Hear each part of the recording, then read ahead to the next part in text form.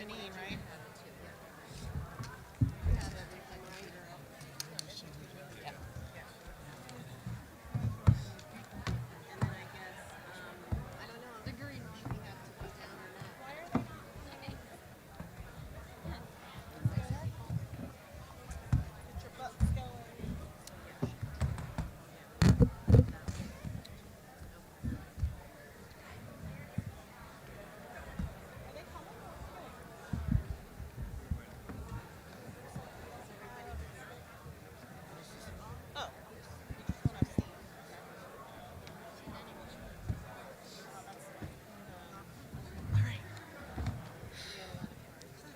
Can I have a motion to leave executive? Motion. So moved. Who made that motion? Motion. Carol. Can I get a second? Second. All in favor? Aye. Hello, welcome to the work session, the December work session of the Washington Township Board of Education. This meeting is being videotaped. Anyone not wishing to be seen on television may be excused. Please rise for the Pledge of Allegiance. I pledge allegiance to the flag of the United States of America and to the republic for which it stands, one nation, under God, indivisible, with liberty and justice for all. Okay. We get to do some fun presentations tonight. Very exciting year for athletics in our district. We're going to recognize our 2025 varsity football team, our boys soccer team, our girls soccer team, and our tennis state championship teams. So, I guess we're starting off with the football, right, first, Dr. Hibbs? What? We're starting with tennis. Oh, we're starting with tennis, okay. Yeah. All right. Hi, everybody. How we doing? All right. So let's talk about tennis. Our girls had an amazing season. Let's talk about grit. Let's talk about determination. Let's talk about what happens when a group of young women refuses to accept where they were and instead commits to where they know they can go. The Tennis Minute Maids finished their season with an incredible 15-3 record, an achievement that becomes even more powerful when you look at the journey that led them there. In 2021-22, they were 6-9. In 22-23, they were 5-13. In 23-24, 11-10. Then they went to 11-8, and then this year, 15-3. Stunning. Every single year, the team climbed, grew, and pushed closer to greatness. This season, they captured the Tri-County Conference Royal Division Championship for the first time in school history. Isn't that awesome? Give them a hand. First time the girls' tennis team brought home a conference title, and they clinched it in spectacular fashion, defeating Clearview and then sweeping GCIT 5-0 in the final match of the year to secure the crown. This team is living proof that progress isn't always easy, but it's always possible, and when belief meets effort, you can change a program, change expectations, and make history.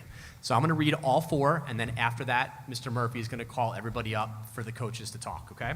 So let's talk about girls soccer, another amazing year.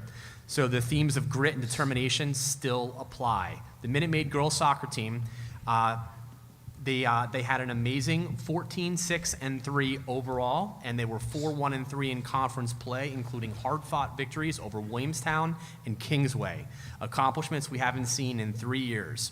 Just like our tennis team, their journey was the same way. They were 9-8 in 22-23, then 9-9, then 9-8 again, and this year's breakthrough was 14-6-3. Along the way, they earned the number 2 seed in the Group 4 playoffs, advancing to the sectional semifinals, and secured the number 9 seed in South Jersey Coaches Cup. Season totals, they had 63 goals, 53 assists, and 100 saves. Reflect a team that had heart, resilience, and a belief in themselves. What a remarkable year. Give a hand to girls soccer.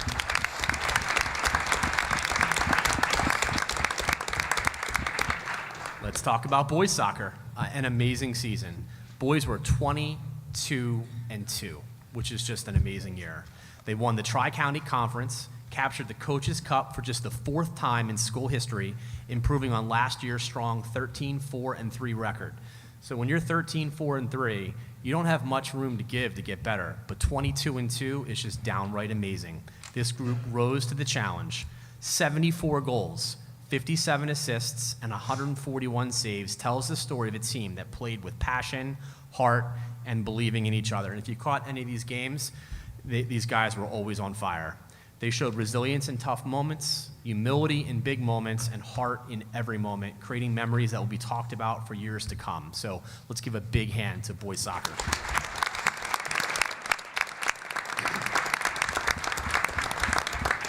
Now, tennis, and then girls soccer and boys soccer were all conference champions.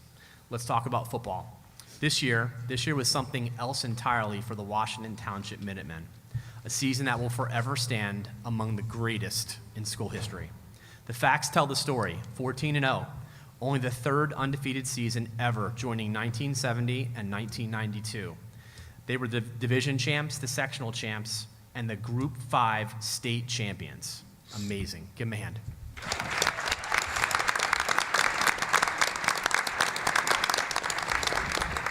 Number 2 ranked team in South Jersey, number 6 in the entire state. Obviously, they produced the most points ever scored in a season, 535. They averaged 38.2 points per game. Defensively, they had 5 shutouts, forced 40 turnovers, and Coach Mike Schatzman earned Coach of the Year honors for leading this remarkable run. Let's hear it for Mike.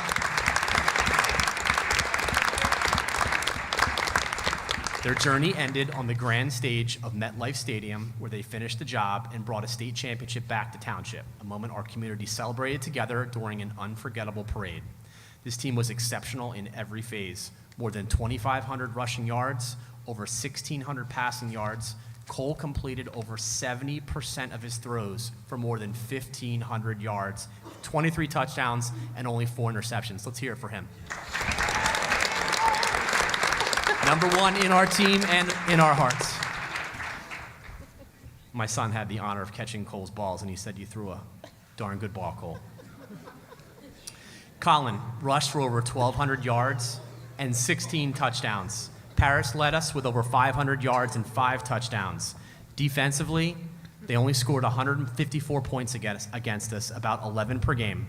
We had almost 800 total tackles, 115 for a loss, 27 sacks, 16 forced fumbles, 20 fumble recoveries, 6 returned for touchdowns, and 17 interceptions from 10 different players. This was an amazing season, defined by grit, dominance, and an unwavering belief that these kids, and I think about 20 of you literally laced them up from the time you were almost in kindergarten. They knew this was going to be special, and this was a team of destiny, and you created a legacy that will last forever. Give them a hand.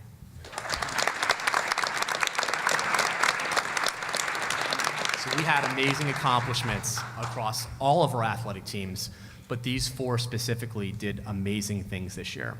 So in a sec, we're going to let the video roll, and then afterwards, I want you to give a big hand for our athletic director, Mr. Kevin Murphy.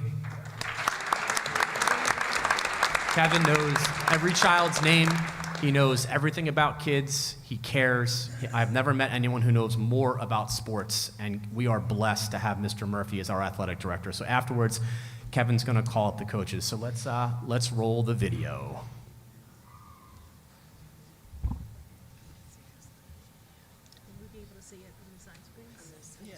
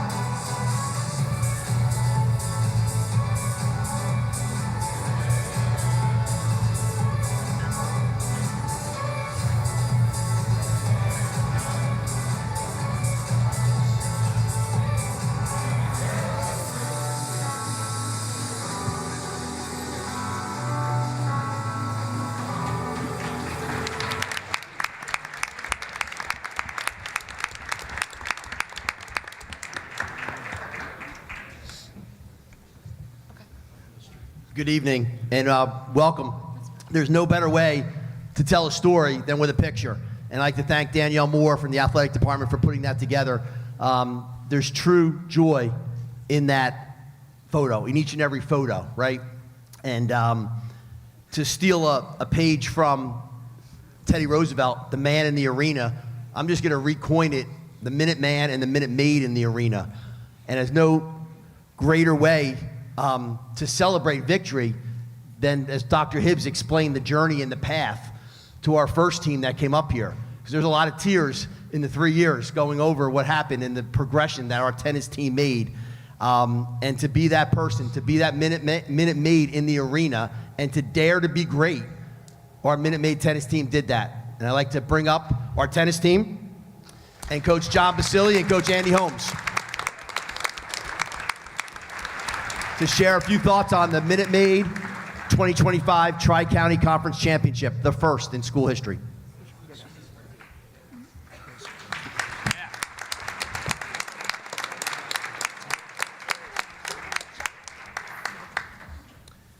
First and foremost, thank you to the Washington Township community and Board of Education for recognizing our girls' tennis team and their wonderful season.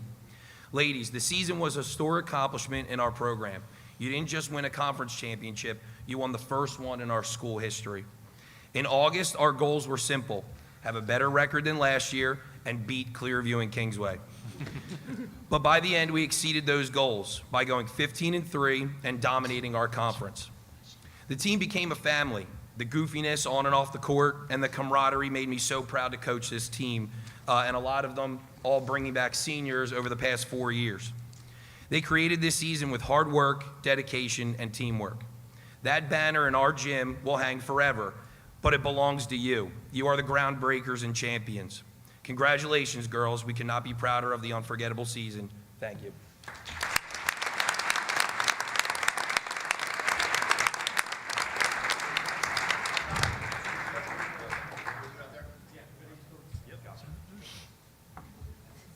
Good job, ladies. Let's hear it for the first ever conference champions.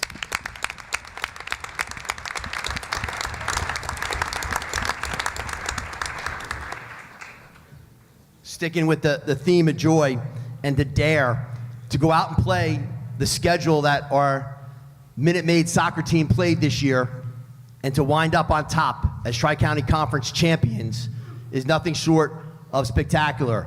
They dared every game. They went out and played the best and competed. And in victory and defeat, they had an amazing season. I'd like to call up our Minute Maid soccer team, Tri-County Conference champions, and Coach Dave Heil.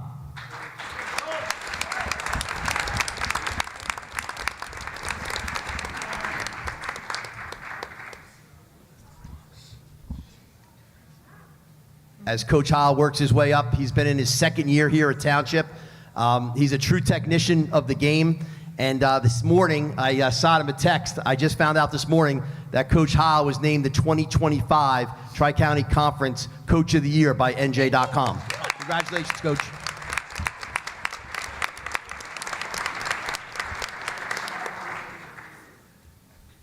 Good evening, Board of Education.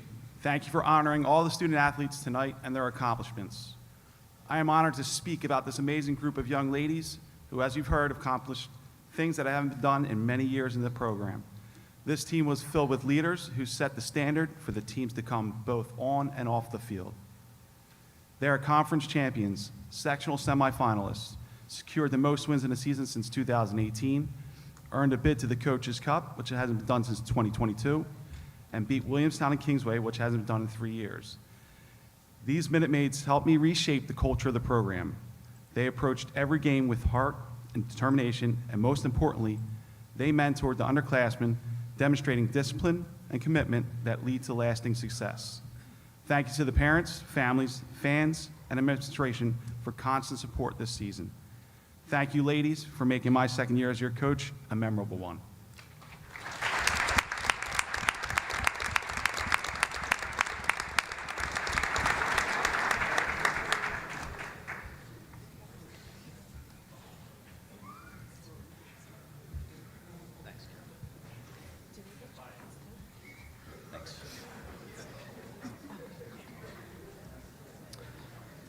Our next team that we will celebrate, the 2025 South Jersey Coaches Cup champions and the 2025 Tri-County Conference champions, our Minuteman soccer team and Coach Ed McCusker. Come on down, guys.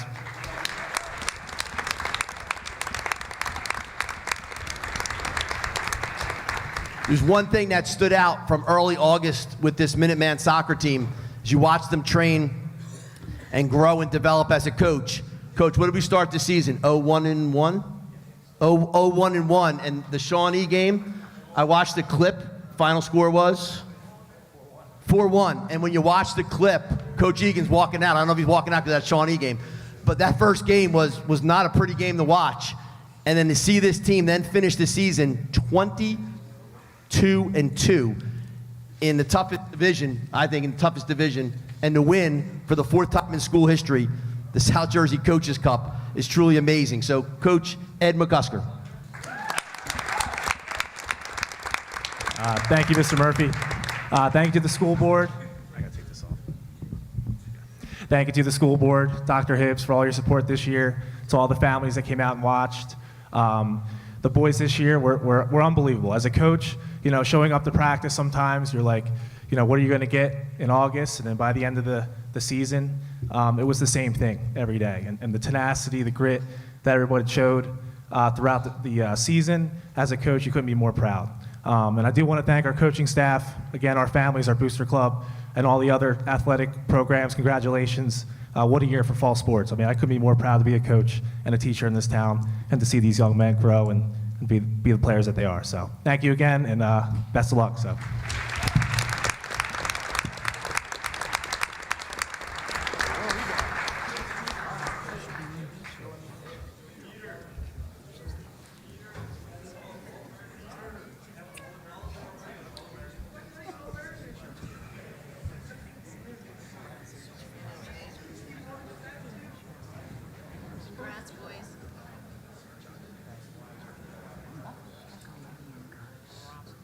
Congratulations again to Coach McCusker. And during his playing days here, he was two-time state champion, went on in St. Joe's for a great career. So proud to have him back teaching and coaching in our community. All right, let's bring up this football team. They did something special, I think, this year. Coach Schatzman coming up with his coaching staff. So you heard the accolades, the numbers. There was one number that wasn't released yet, and I had to confirm it this morning with Coach Schatzman. So number 2 in South Jersey, I think they're number 1. I think we had the toughest schedule in South Jersey, and I'm not going to go against undefeated. Number 6 in the state, and the number that was new was number 20 in the nation, and that just came out. Number 20 of all the public schools in the nation. Our 2025 state championship team, head coach Mike Schatzman, and we've named him the architect of one town, one team. What he's done to build the culture in his past 8 years has been nothing short of amazing. Our head coach, Mike Schatzman.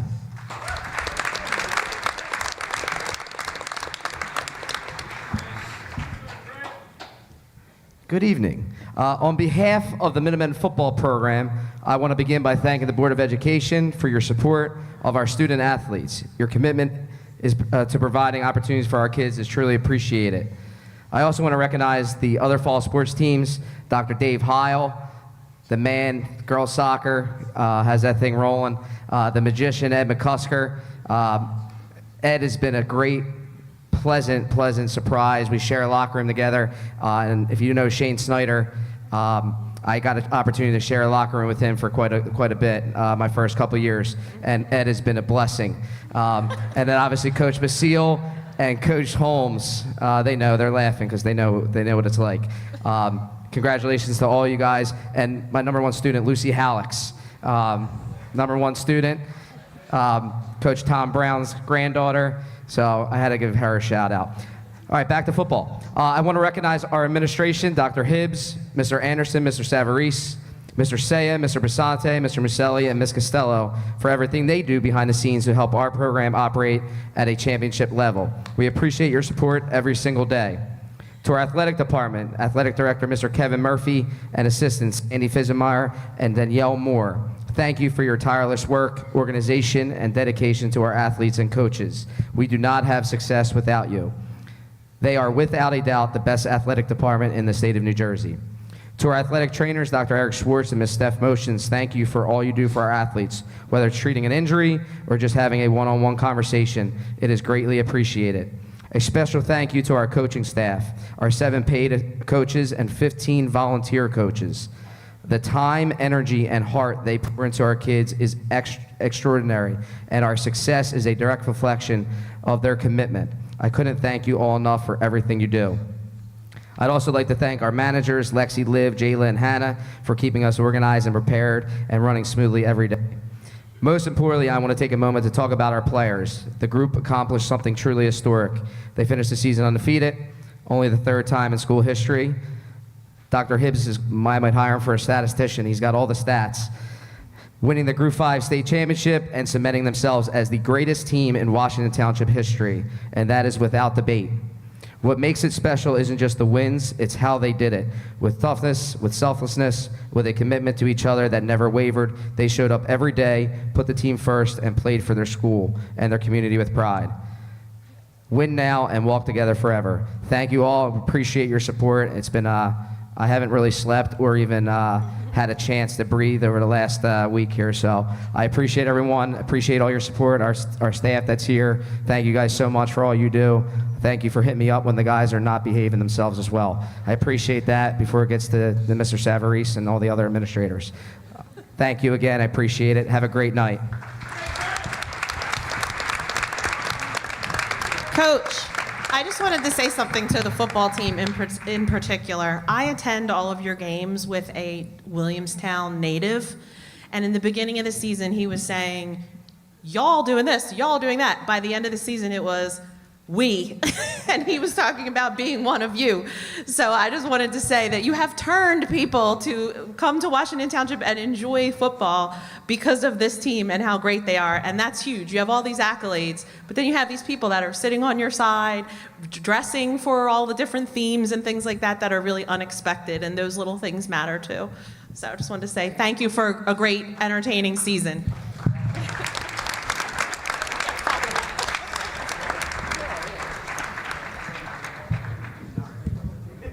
And Coach Chatzman kind of said this, but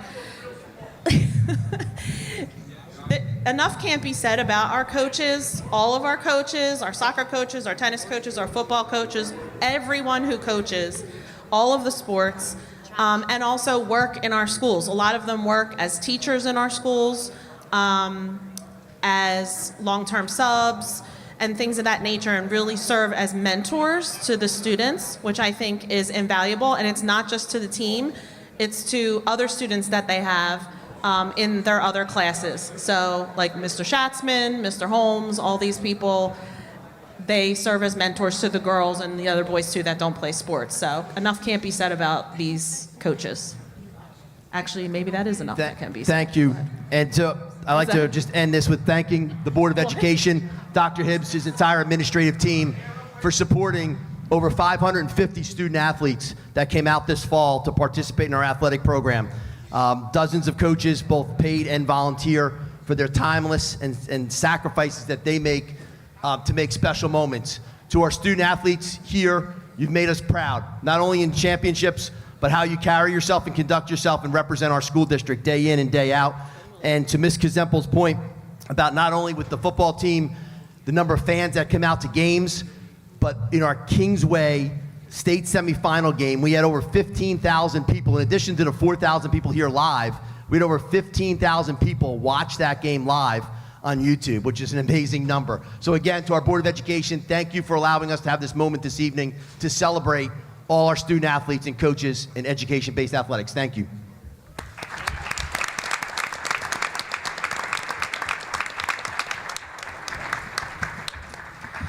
Also, I don't know who runs the Township Frontline Instagram page, but shout out to those people because I follow that and it's hysterical, but appropriate. I knew it. Is it an Egan?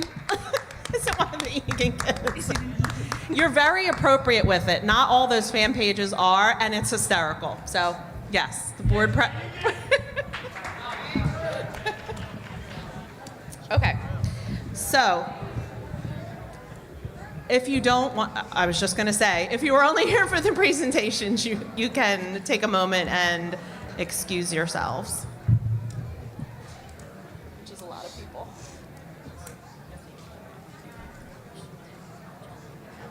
I think so, except for the last one.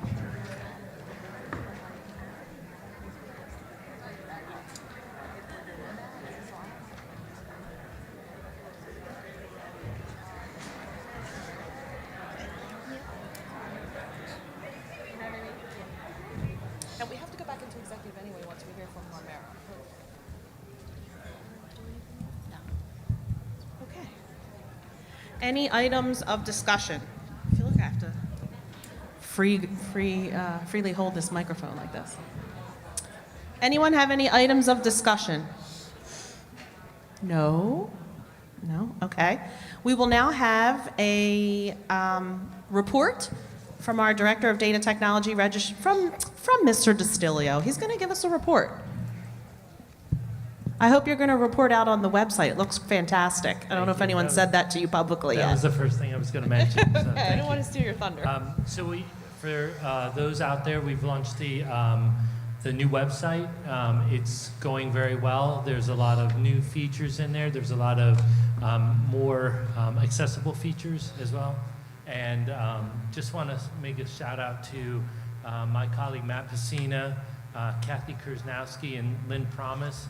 They were three individuals who were instrumental in making sure that that was a labor of love for sure. It took us several years to do that, and you know, we're still refining it, but thank you, Ms. Kazempo, for that shout out. The honor goes to them. I appreciate it. Also, would like to give a shout out to Mr. Lindstedt. I know you guys all know him, but he's helped me this past 2 seasons with the podcast. I'm pleased to announce that the second episode of season 2 is out, and I encourage you to watch it. It's showcasing Lieutenant Colonel Lumpkin and her junior Air Force ROTC cadets, and that's an important piece because they're on an inspection this week, so that's a very big piece of their inspection. So shout out to Mr. Lindstedt for making that a reality, and to Colonel Lumpkin and her cadets. The next to be published is a segment on BHMS, and then filming episodes at Chestnut Ridge later on next week. So please tune in. Want to make an announcement about Parent Square that I told all the principals of this past week, but this is important. My office, and rightly so, has been getting a lot of just questions and concerns about the inordinate amount of information that's going out on Parent Square. The information is important, but sometimes it's being published so much that it kind of gets lost in translation. So we want to make sure everybody knows we heard you, and we're making some changes. Changes you'll probably see in the next coming days, which is from the administrative side of the house and the central office side of the house. We're going to have 1 day a week where we just publish all the fundraisers, so that if you want to go to a Dine and Donate one day, you know, you just decide, oh, I want to go to Pat's today, and you see what fundraiser is going on. So it's good. That's going to be published mostly on Sundays moving forward. Not sure this week or after the holidays, but you should look out for that. Instead of, you guys probably all get rapid fire every day about a new fundraiser. So we're going to try to streamline it. Principals are going to try to streamline the amount of information coming from their buildings as well. We didn't want to put many hamstrings on the teachers, especially at the younger grade levels and the primary grade levels. I know parents look forward to seeing those pictures a lot that are going on in the classroom. So, and we're tailoring some of the good news that we have. That's going to go more on our social media platforms, whereas the information is going to go on Parent Square. And for those of you who don't know, there's a digest mode that you can subscribe to where you get everything at the end of the week. Some people like that, some people don't. If you're having trouble getting digest mode, you can certainly call my office, and me or somebody in my office can assist. Also, the middle school interact clubs in all 3 middle schools are sponsoring a giving tree to sponsor a child. And just like Thanksgiving, unfortunately, we have more families than ever that have children in our district that need our support. If you're able to help sponsor a child, please consider it. Sponsors spend between $25 to $50 a child, and it can even be gift cards. So I encourage you to email Ms. Finn if you're interested. She is an English teacher at Bunker Hill, Ms. Kubik, who's also at Bunker Hill, or Ms. DeQuisto, who is at Chestnut Ridge. I have information from the Hagan Library. Countdown to noon, the Hagan Library is ringing in the new year with a special celebration. Hagan cardholders can join them to celebrate the end of the 2025 year with a party full of stories, a craft, and a fun countdown. All ages are welcome with a caregiver on December 31st at 11 a.m. And then finally, information about Project Graduation. It's a wonderful opportunity to support programs that directly benefit our students, and we are asking for your help to make Project Graduation a success. Project Graduation provides our seniors with an expense-free, safe, and fun celebration following graduation. This event usually takes place at Dave & Buster's in Philadelphia, giving our graduates a chance to celebrate together in a supervised, substance-free environment full of games, food, and memories that they will never forget. So to keep this event free for our students, we rely on the generosity of our community. Your monetary donation of any amount will directly support the cost of the event to make this night ever so special. If you are able, please consider contributing. Every donation brings us one step closer to providing our seniors with an unforgettable send-off that they deserve and in a safe way. This is going to be published sometime over the weekend or throughout next week, but the donations can be made through a Zephy link that's going to be published on our Parent Square as well. So we just ask for your support for those seniors. That's my report, Ms. Kazempo. Thank you. Thank you so much, Mr. DiStilio. Just a quick board update. We said we were going to do this at our work session on our 3 goals as a board. The first one, we've made significant progress with this one. It was the board will develop and adhere to measurable board level goals distinct from district goals and with clear accountability measures. Indicators of success were a functioning policy committee, which we do have. It has met and will continue meeting. A governance calendar, which we are in the process of making. Well, actually, I think Janine's office is refining that for us. Thank you, Janine. And improved communication measures, which the website will help with. So thank you to everyone who worked on the website. Second is the board will improve financial literacy and transparency by ensuring all members understand the budget process and audit findings. And our indicators of success there are documented benchmarks, increased transparency, and improved financial comprehension. And some of that will be handled through establishing the finance committee after reorganization in January. And that committee will move forward in meeting. And then our third goal was the board will expand community engagement through diverse communication channels, proactive budget planning, and an increased presence at schools and community events. And that is also ongoing. So does anyone have any feedback or questions or suggestions about reaching our goals? Okay. All right, moving on. Can I have a old business? Yes, okay, go ahead, sorry. Thank you.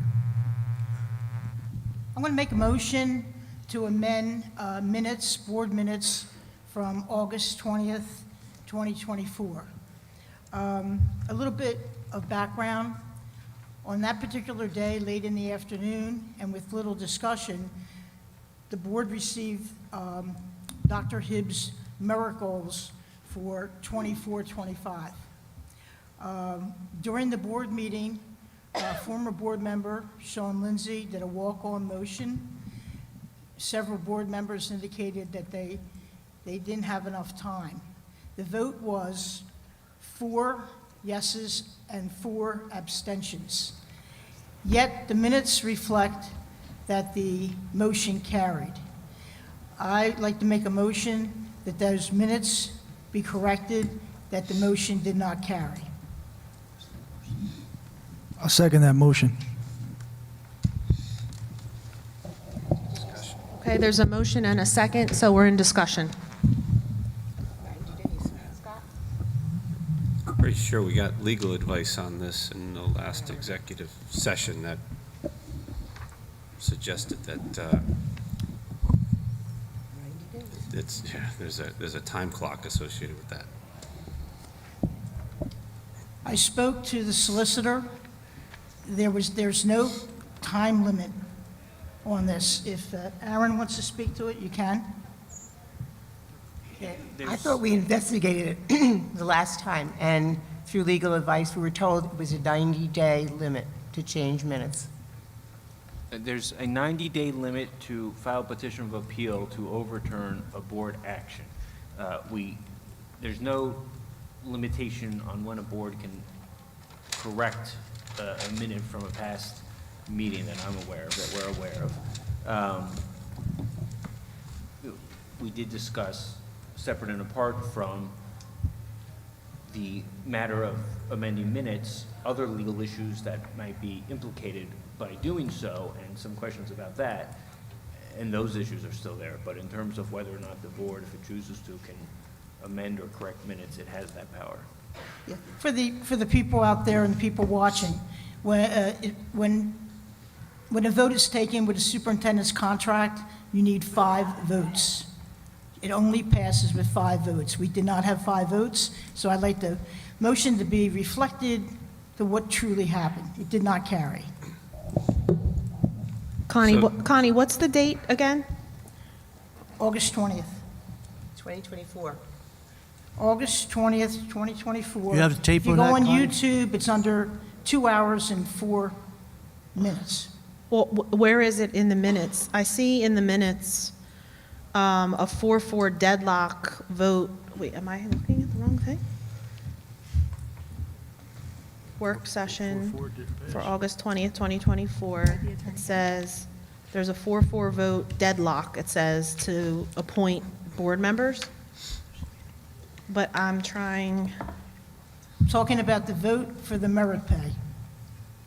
I know, I don't Merit see it. goals. I just don't see it here, so I'm trying to make sure we're in the right. Connie, don't you have the tape on that? Are we correcting minutes or solicitor advice? Like, I'm confused. What does it matter if we correct the minutes? The I'm just- minutes I'm not says- asking you, though. I'm asking Aaron. Does it matter whether we correct the minutes, or did the solicitor at that time say it passed? I just want to know from a procedural. Well, I don't think I was there, and I don't recall. No, I don't think you were there. I'm Right, just so- asking the question. As far as I'm aware, at the time, the solicitor didn't give any opinion in terms of whether it passed or not. So my question is, we're talking about changing minutes. Does that matter at this point? That's what I just want to know. If it does, then that's an answer. So does it matter whether we change the minutes versus? I don't know, and I think we can, if there's different issues that might arise as a result of it, that we would be better off discussing in closed. Okay. Okay, but hold on, I'm just trying to clear this up, because if you want to amend minutes, you have to actually say what to change in the minutes. So I just opened those minutes, and it says motion, moved by Mr. Lindsay, seconded by Mrs. Chilla, to add action item 69 to Human Resources, to approve superintendent's personal and merit goals for the 2024-2025 year. Action 69, superintendent personal and merit goals. Recommended action, approval of the superintendent's personal and merit goals for the 2024-2025 school year, including 3 quantitative and 2 qualitative goals. Roll call, and then it says yes, 4 people, abstain, 4 people, and then it says motion carried. But earlier in that same meeting, there was a 4-4 vote, and it says deadlocked. So are you trying to amend it so that that says deadlocked at like the top of it? Like the top of the minutes? Hey, That's what I'm confused about. you got 4-4 vote doesn't pass. If there's 4 no votes and 4 yes votes, then it's deadlocked. and it doesn't Okay, pass, so but.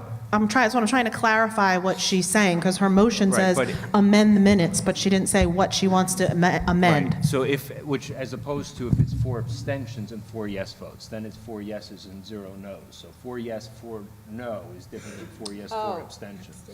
Okay. So what should this say? It just says motion carried. So I think what Connie's motion is to amend the minutes to say that motion failed. Motion Because failed, there's okay. only 4, and the advice we have given is that 5 votes is needed to approve a superintendent's merit goals because Okay. it's a personnel action So- approving.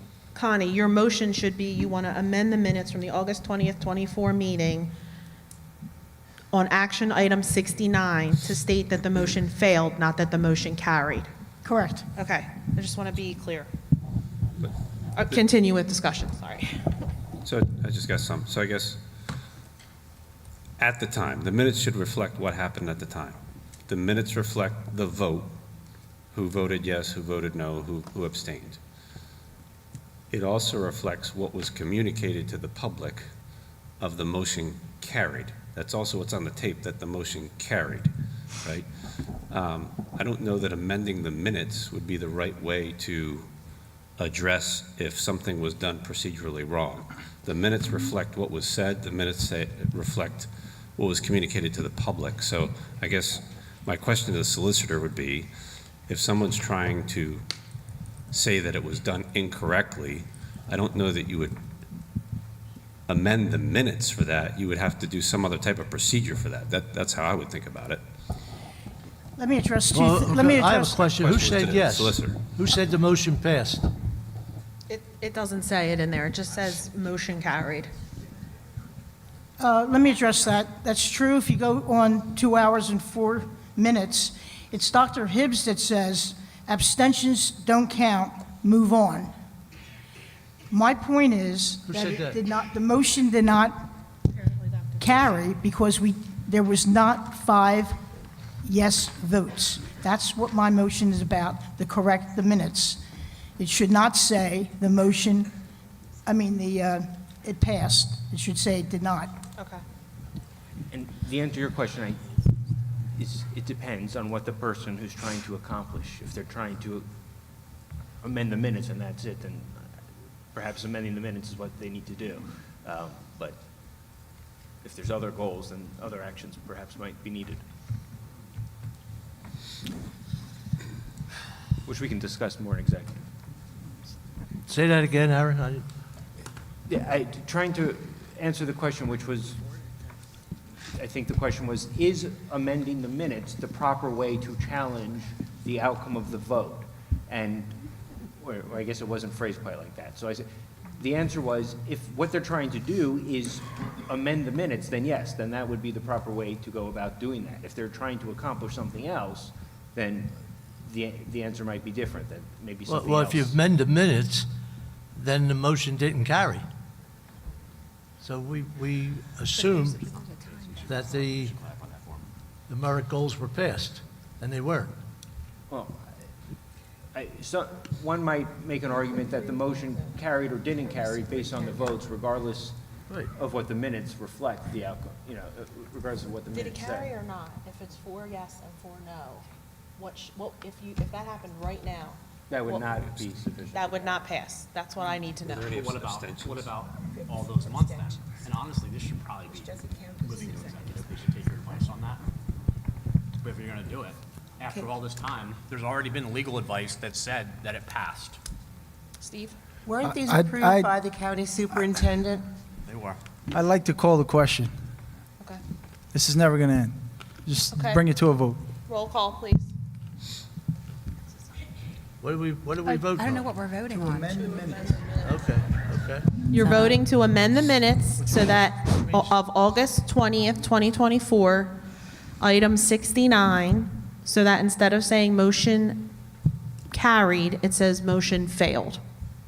Okay. A yes vote means you want to make that change. A no vote means you don't want to make that change. Real quick, before we vote, I have a question for Aaron. If we amend the minutes, does it change the outcome? He doesn't.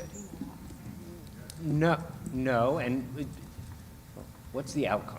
So the outcome would be Dr. Hibbs's merit goals would be in his contract and have to be paid out versus the changing the minutes. And then we can turn around and say, well, no, he doesn't get the merit goals in his contract. Because I don't know if I want to vote yes or no, depending on what that answer is. I can answer, but I think it's better in executive session. So then we can't, so then we shouldn't vote right now until we speak to you further. Hey, So, Steve called the question, so Call roll call. Aaron, I have a question. Mr. Serrano?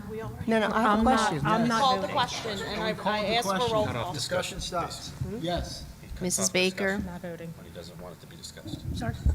Excuse me. What- I are do we have gonna a vote question. call What or- happens to the fact that the county superintendent approved the goals? We don't know because we don't have the county superintendent here.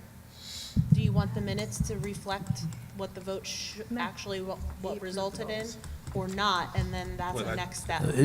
You're putting your opinion on that, saying, No, I'm do you not. want the It's not an minutes to opinion. reflect? I just asked Aaron. Well, the county superintendent approved it based No, on the it's fact not that what you asked, the Aaron, vote by the way. reflected that it was a yes. It was 4 yeses and 4 No, abstentions. what you asked was, right now, if that was a vote, would that pass? That's what you asked. The question you should be asking is that after all this time, is it count as an affected vote? Yes. You were already provided that. So all you're going to do if you amend the minutes and vote it down, listen, just call the question, because it'll be 2 years in a row you'll violate my contract. Okay. Roll call, Lori. Mrs. Baker? Yes. Mrs. Bloom? Abstain.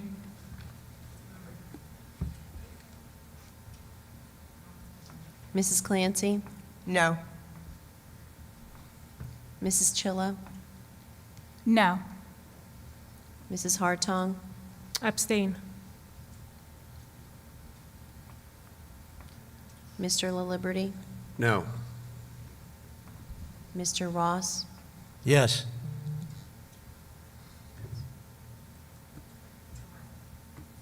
Ms. Kazempel? Yes. So 3 yeses, 3 nos, and 2 abstentions. It fails, it does not pass. Wait a minute, wait, what was the vote? 3-3 with 2 abstentions, right? Wait, there's, It wasn't, but No, Julie can't wait. vote on my merit pay. No, I'm voting Laura, on you the took it. minutes. What's the Wait, what vote? was- sorry, I thought there did I was one mishear? abstention. No, there was 2. 2 abstentions, but We have 2. there's 4 yeses.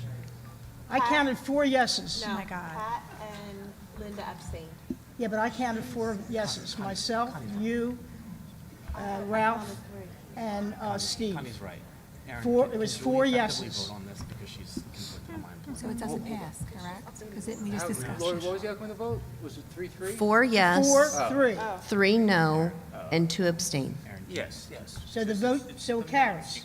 I thought we needed 5. I thought we It need 5 passed. votes. Yes, so What are we then doing? it passed. I'm I sorry, thought we need misheard. I thought 5 it was- votes. No? We're not voting It's on not his a person, employment. it's We're not, voting it's not on his minutes. employment. These are it's just meeting minutes. minutes that were If it was amended. 4-3, 4 yeses, 3 nos, then it passed. I thought I heard 3-3, I'm sorry. That's what I thought I heard, but I 4-3. 4 yeses. who were the yeses? Mr. Serrano, Mrs. Baker, Mr. Ross, and Ms. Oh, Kazempel. I didn't hear you say, I didn't hear you go. Okay. Any other items of old business? So where are we on that? So it passed. So the minutes were have to be amended. changed. The minutes will be amended. Okay. Can I get a motion to open to the public? Motion. Second. All in favor? Ray Anderson? Ginny Greer? Carol, did you Teresa second that? Petrowski. It's only supposed to be one person, but, yeah, I can figure. It just says Washington Township Principals Association, so.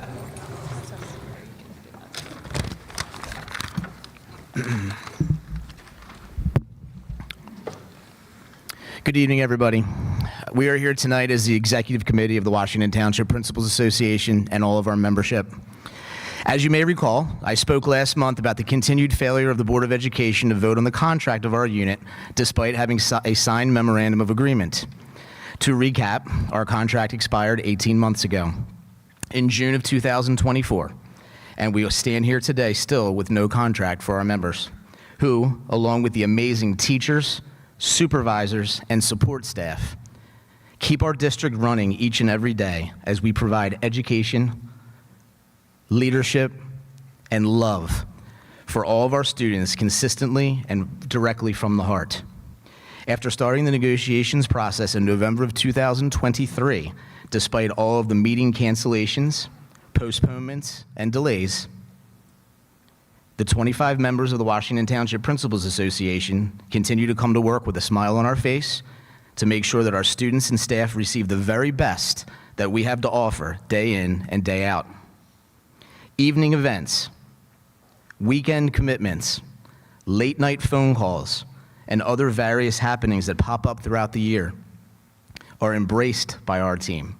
We gladly take it on, as our ultimate goal is to take care of our students and of everybody who is in our charge.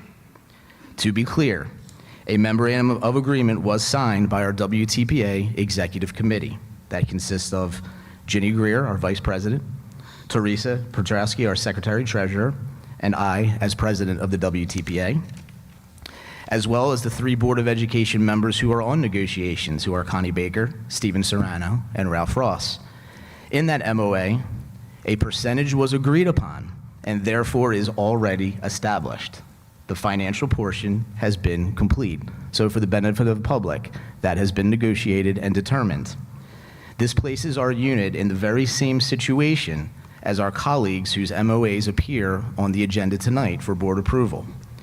So why are you singling out the WTPA by not having our MOA on tonight's agenda with the very deserving members of the WTEA and the very deserving members of the WTSA?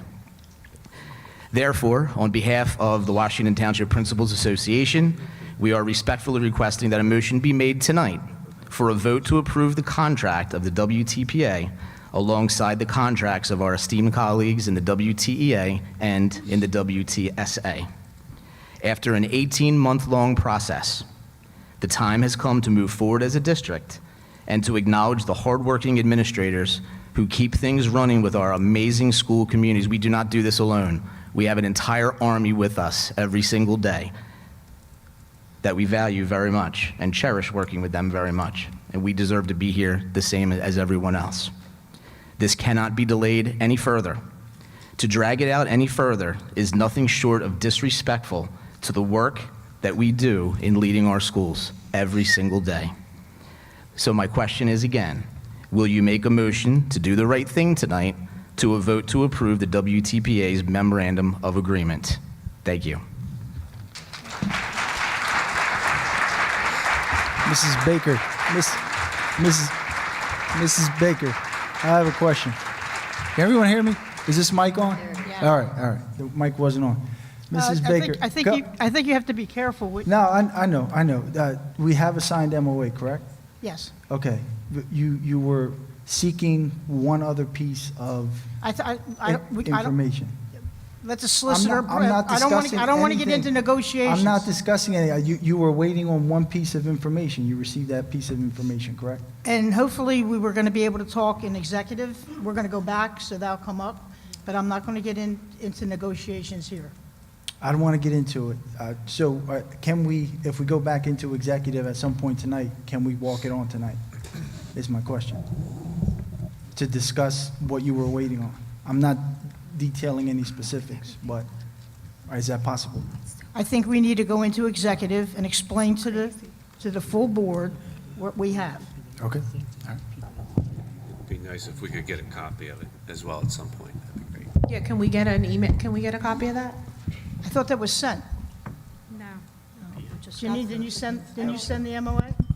You asked about Only the WTSA, which I supervisors, took right. care of. No, we'll explain it in executive. If you want to go to executive right now, I'll make a motion, we go into executive. I think we just need the information. No, we have to go back in anyway, so we can talk about Okay, it then. We fine. can Yeah, always we add definitely it. need to do that. But I think we need the information. That would be like really We're just helpful. asking like if they can email it to us while we're sitting. Just email it, anybody. The MOA. Who does that? Yeah, I don't have a problem. Can you email everyone the MOA for the principals while we're here? Janine, would that be you? The full board needs to know the whole story. And that's what we'll do in executive. Okay. Yeah, let's start But the we want to story make with an the effort to MOA. do that tonight. Yeah, if we Okay. could start the story with the MOA, that'd be great. All right, Deanna Ator.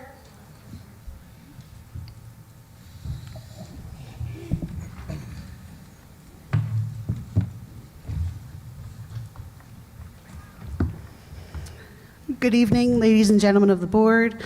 My name is Deanna Etor. I'm a math teacher at WTHS, the secretary of the WTEA, and one of 3 class advisors for the classes of 2026 and 2027. I would like to extend my sincere thanks to everyone who helped make our 2025 Spirit Parade on October 17th a wonderful success. A special thank you goes out to our Board of Education members, Ms. Julie Kazempel and Student Representative Gianna Caving, for walking in the parade and representing our schools with pride. I would also like to thank Mayor Delapia and the members of the Town Council who also joined us. A heartfelt thank you goes out to Mrs. Natalie O'Brien and Candace Mraz for their outstanding efforts in planning, organizing, and executing our parade as my co-advisors. Your dedication and attention to detail made the event truly special. I would also like to recognize and thank our amazing teachers, coaches, and advisors for their continued enthusiasm and commitment.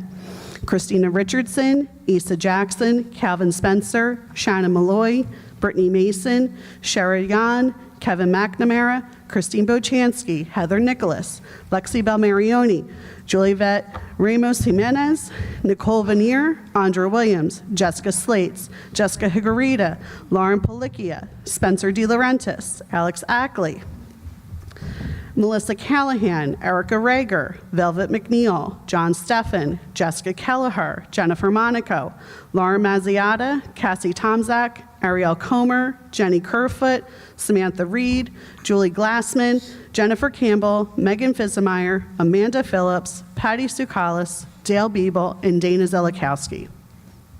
I would also like to formally recognize the students of the Junior and Senior Class Council Executive Board, Allie Kalitz, Kylie Fulgenetti, Michael Olagan, and Molly Hoffman for their outstanding leadership and school spirit. A special congratulations for Allie Kalitz, who choreographed the entire Class Council performance, leading the group to the first place win, and was also named Homecoming Queen that evening, a well-deserved honor. I would also like to publicly thank Mr. Ray Anderson, serving as our MC and keeping the event lively and engaged throughout. A sincere thank you to Mr. George Pisante for managing all the logistics before, during, and after the parade. Your coordination ensured everything ran smoothly. A thank you to Mr. Dan Saya, Mrs. Angela Costello for keeping things organized on the field and ensuring that each group was parade ready. I would also like to recognize Mr. Michael DeStilio for his behind-the-scenes organization of our dignitaries. And of course, our very special acknowledgement of the 2025 Spirit Parade Grand Marshal, retired teacher Mrs. Abby Malatsky, whose years of dedication and spirit continue to inspire our entire student body and staff. Please stay tuned for the next WTHS Junior and Senior Class Council community-wide event, Township Toys, which will be running December 11th and 12th. We'll be collecting donations to support families in need. Many more families in Washington Township and students are counting on your support and generosity during this holiday season. You can bring items and donations to the high school core, where we will be for 24 hours starting December 11th, ending on December 12th. Lastly, the staff that I have mentioned in this letter are some of the hardest working individuals who give so much of themselves to this school and community. That is why I'm here tonight, to ensure that the Board of Education votes yes to pass the teacher and secretary contract to show that these amazing individuals, to show these amazing individuals how much you care about them so that they can earn a living wage comparable to other school districts in our county. Thank you. Thank you. Mike Dempsey.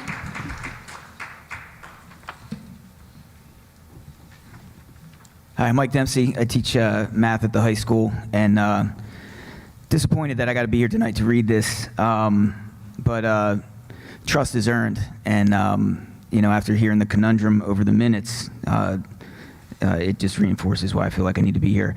I sent this letter, this is an open letter to the Board of Education, and I emailed it to all of you earlier tonight. So I'll just read it, and then I got a couple comments from the sports teams. I've been teaching high school mathematics for 28 years. 25 of those years have been here at Washington Township High School. I also graduated from Washington Township High School in 1994 and was inspired by my teachers at the time to pursue a very honorable, yet not so lucrative career in education. One of Spike Lee's earliest films was titled Do the Right Thing. It explored the complexities of what it sometimes means to do the right thing. However, sometimes the right thing is not complex at all. For example, paying someone a fair wage for their work is without question the right thing to do. I think I can speak for most, if not all, teachers that our motivation for pursuing this career in education was not financially driven. I've always worked a second and sometimes a third job to help provide for my family. You're likely to find this is common among teachers. Teaching is in our DNA and always has been. This does not mean it's okay to take advantage of us financially and mistreat us by not paying us or even underpaying us. We're simply asking that you do the right thing. I was recently tutoring a student preparing for her SAT test. During the sessions, it became apparent that she could recall many important concepts that her math teachers had taught her. I already know how special these teachers are because they are my colleagues. But that affirmation from a student is something special that only a teacher would understand. Our teaching staff here at the high school are showing up and doing our jobs at the highest levels. Come to the campus and see for yourself. You can come at 6:30 a.m. well before our 7:10 contracted time, and you'll find many of our staff already here. We are here well after 2:35 each day as well. We receive emails weekly asking for help to chaperone events because they know we'll show up to help free of charge. However, we're still being paid on the same contract that expired in June. Unfortunately, this is not the first time that this has happened, and it's most certainly not the right thing to do. The WTEA recently ratified a contract from the Board of Ed negotiations team. The Board of Ed will now need to approve this overdue contract. If the Board of Ed can justify a $27,000 bonus for one superintendent, then a teacher receiving less than 1/10 of that amount should seem like a huge bargain for a Board of Ed claiming to value its teachers. Unless, of course, our Board of Ed does not truly value our teachers. It seems unreasonable and obstructive for the Board of Ed not to approve this contract. If the Board of Ed values our students and our educators the way they claim to, then the right thing to do is to approve this contract. On behalf of the students, teachers, and our families, do the right thing. Sincerely, Michael Dempsey. As I was watching the sports teams come up here and hearing people cheer for the coaches, you know, McCusker, Schatzman, Hearn, you know, to cheer for them and have a parade for these folks and not pay them, you know, you might as well go to the restaurant, order your meal, and cheer for the servers, cheer for the cook staff, and when they hand you the bill, push it back and tell them you're conflicted and not ready to pay for it. That's all I got. Thanks. Thanks, Mike. Kristen Howell.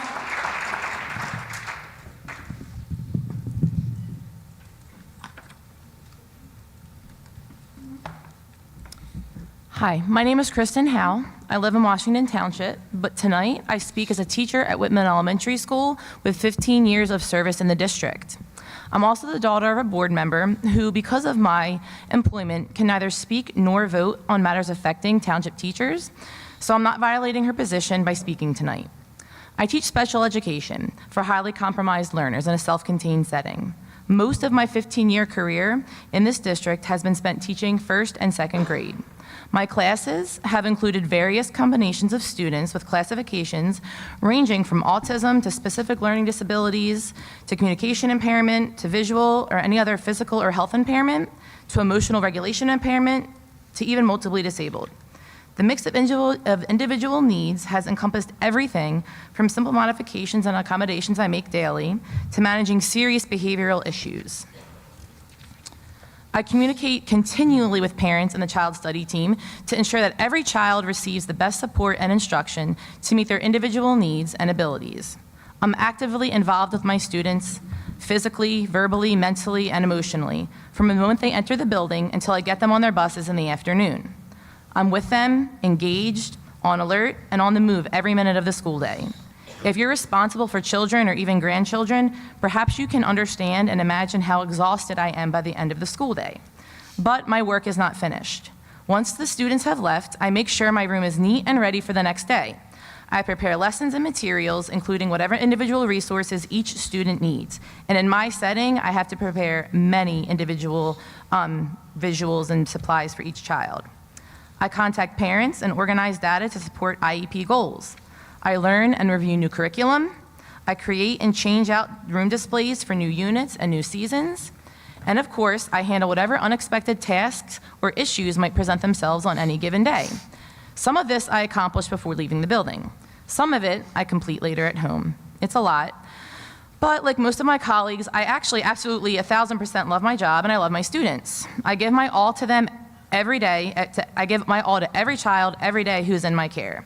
Too often, I get home with little or no energy, patience, or even understanding left. I've used it all at school.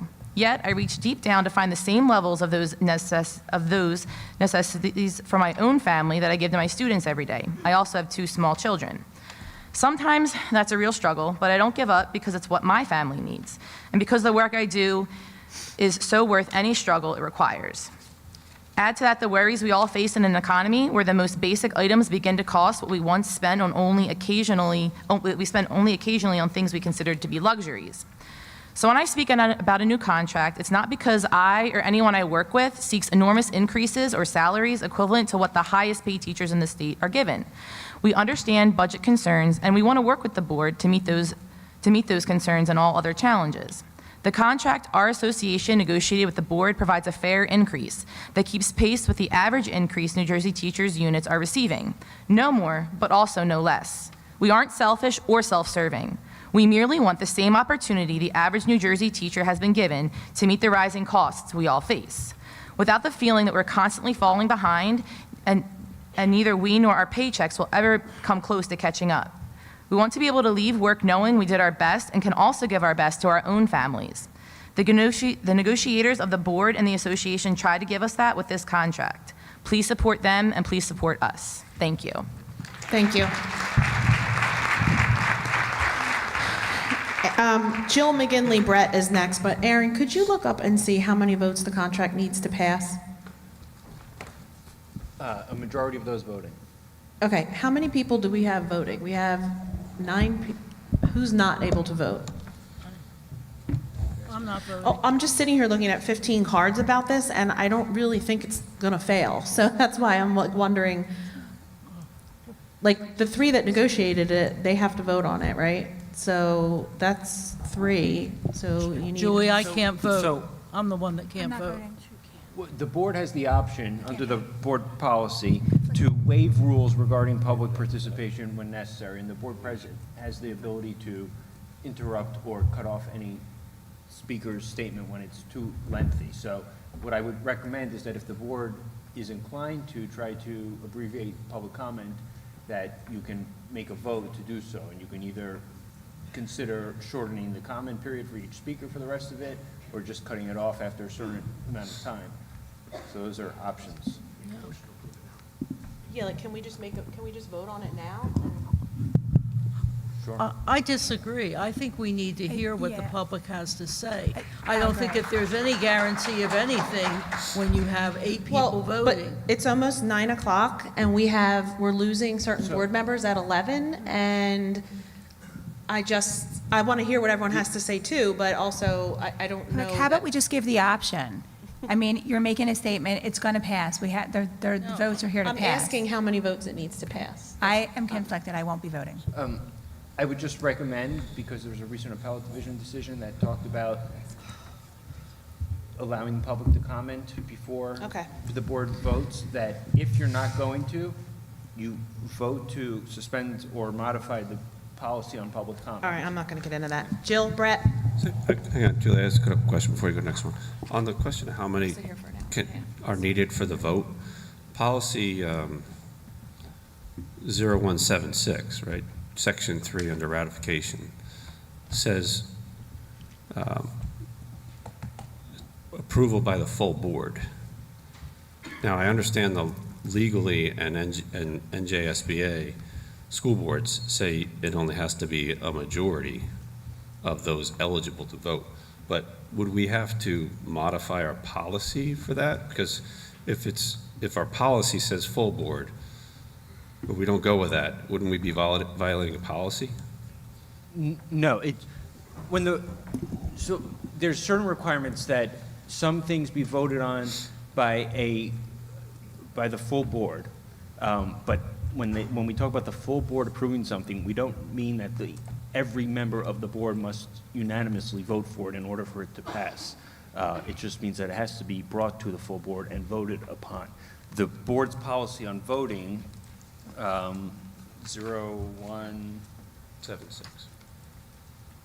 76, is that? Yeah. So that lists the different items that require, it says what the typical rule is, which is that, and it's not a majority of those eligible, it's a majority of those voting, because abstentions don't count for whatever reason. So, and then it has a whole list of specific things that require more or different than that, but collective negotiations agreements are not one of those.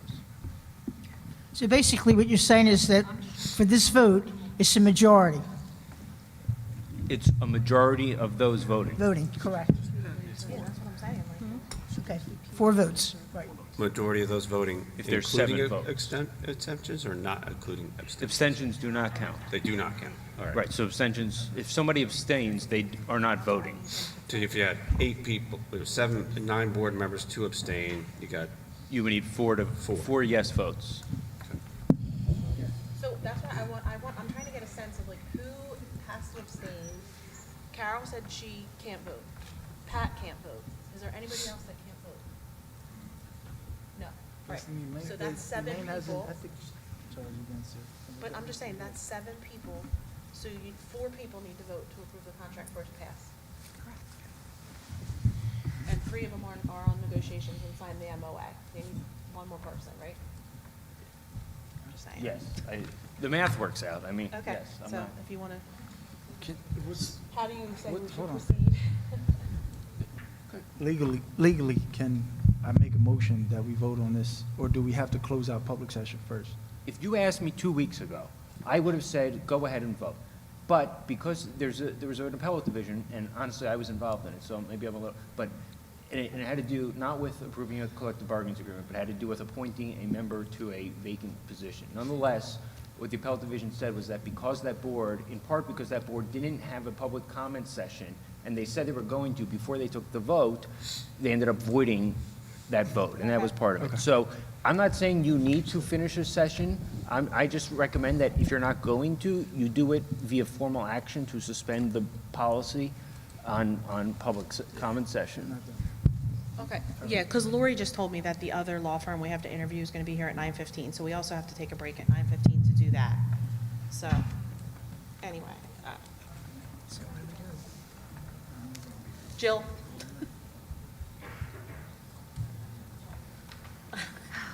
Hello, everyone. Good evening.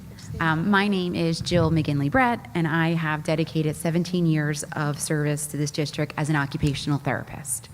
13 years as a district employee, and 4 prior years as a contracted related service provider. Currently, I provide occupational therapy services to students across Grenlock, Kindle, and Orchard Valley Middle School, while also supporting numerous teachers in their work with their students. I'm here today to speak in support of the ratification of the contract. Our staff members show up every day committed to making a meaningful difference in the lives of our students and their families. This contract represents fair compensation that reflects both the value of that commitment and the specialized expertise we bring to our work every day. All staff in our district deserve pay that is equitable to the essential services we provide. Thank you. Thanks, Jill. James Cho?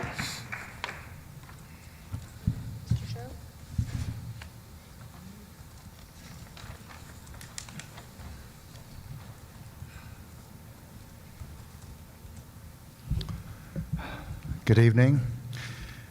My name is, I have to take my glasses off to read. My name is James Choate. I've been a teacher at Bells Elementary School for the last 22 years. I am currently a 5th grade teacher there. I teach 48 students, and I'm also the senior building representative for Bells Elementary School for the WTEA. I am here in support of the contract ratification because all of the teachers in this district deserve pay that is equitable to the work that we provide to our students. Tonight I had a chance to speak to our building principal, Dr. Giberson, and a couple of my colleagues who are here tonight, and I wanted to talk about some of the positive, wonderful things that are happening in our building. Most of you have been there. You've seen it firsthand.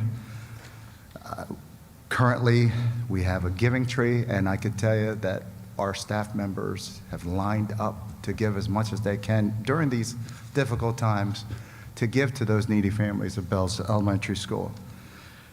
We have NJSLA test scores that are improving by the year. We're currently building a bear den in our courtyard, which will be a pavilion for outdoor learning, which will be accessible to all of our students and staff members. We have wonderful co-curricular activities, as you know, Future Acts, STEM. We have an award-winning Green Club. We have a strategic games club and an award-winning chess club. Last year, we had 146 students in our chess club. This year, we have 142. I must be losing my touch.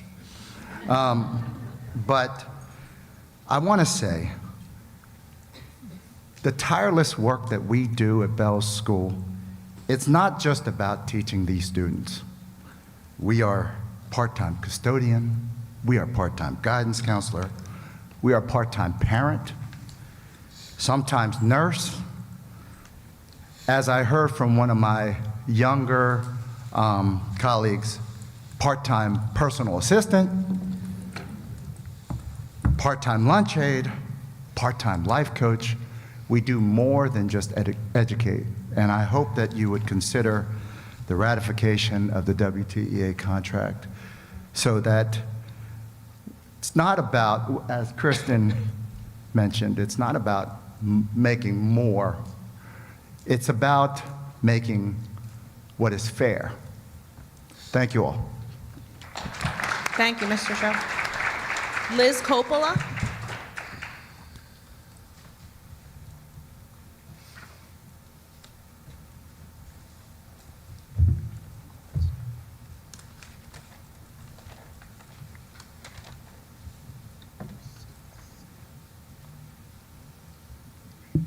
Good evening, Board. My name is Liz Coppola, and I'm a 30-year resident of Washington Township and a second-grade teacher at Bells with 22 students on my roster. I not only have the privilege of teaching in this district, but I have also raised 3 very successful children here, thanks in large part to the dedication of the many outstanding teachers and principals that I see around me. No one enters teaching to get rich. We all understand that teaching is a calling, rewarding in purpose, but not necessarily financially. However, teachers should not have to question whether they can afford to support themselves or their families on their salary. They should not be forced to take on multiple additional jobs simply to remain in this profession. No educator should have to choose between continuing a career they love and affording basic necessities. The idea that having summers off compensates for low pay is a misconception. If you visit any school parking lot over the summer, you will see teachers coming in early, staying late, preparing their classrooms long before students return. The cars filling these lots belong to committed educators working countless unpaid hours to ensure their students succeed. Teachers do far more than deliver instruction. Just like my colleague Jim Cho said, on any given day, we serve as parents, counselors, nurses, sometimes what feels even like a personal assistant. This level of responsibility requires respect and fair compensation. If these conditions continue, we will not be able to attract or retain talented young people to this profession. Our students deserve better, and so do the educators who have devoted their lives to serve them. Thank you. Thank you, Mrs. Coppola. Leslie Kaiser.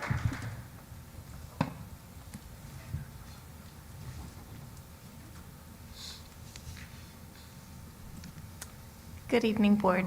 Thank you for having me. My name is Leslie Kaiser. I'm a French teacher at the high school. I'm also the French Club advisor and an alumna of Washington Township High School class of '06. I actually work with some of my classmates, which is really cool, because now we're teachers, but we also graduated together. I'm a resident of Washington Township for over 30 years. I have 2 of my own children, and I even converted a Pittman graduate to Washington Township. So I don't know if you know anybody from Pittman, but that's kind of a big deal. The past 6 years of my 15 years teaching have been in Washington Township, and I don't know if you guys know, but back when I graduated college, it was almost impossible to get a job here. This was like the place to get a job, and there were over 250 applicants for one job here. It was insane. So, I mean, I was very happy. I got a job in Williamstown, and I was so pleased, but when a job opened here, I couldn't wait. I said, this is my dream. I can't wait to work here. It's been really wonderful. But what I'm hoping is that my boys, you know, we also live in Township. I'd love for my boys to have the same opportunity that I had. Go to a great school with great teachers. I mean, Mr. Anderson spoke tonight. He was my 9th grade French teacher. Mr. Dempsey spoke tonight. He was my 12th grade stats teacher. I had Liz Coppola's son, amazing student. I mean, everybody here, I feel we're connected in some way. We're neighbors. I taught their children. I went to school with some of them. I had them as teachers. It's an amazing thing. It's really awesome. Sorry, I'm not a good public speaker. I'm here to just say, please consider supporting this contract tonight. It goes a long way to help my children be in a school where, you know, these teachers that help me can maybe one day have my kids and will be invested in their social and academic development like they did for me, which I would really appreciate. Thank you. Thank you. Lori Zeider.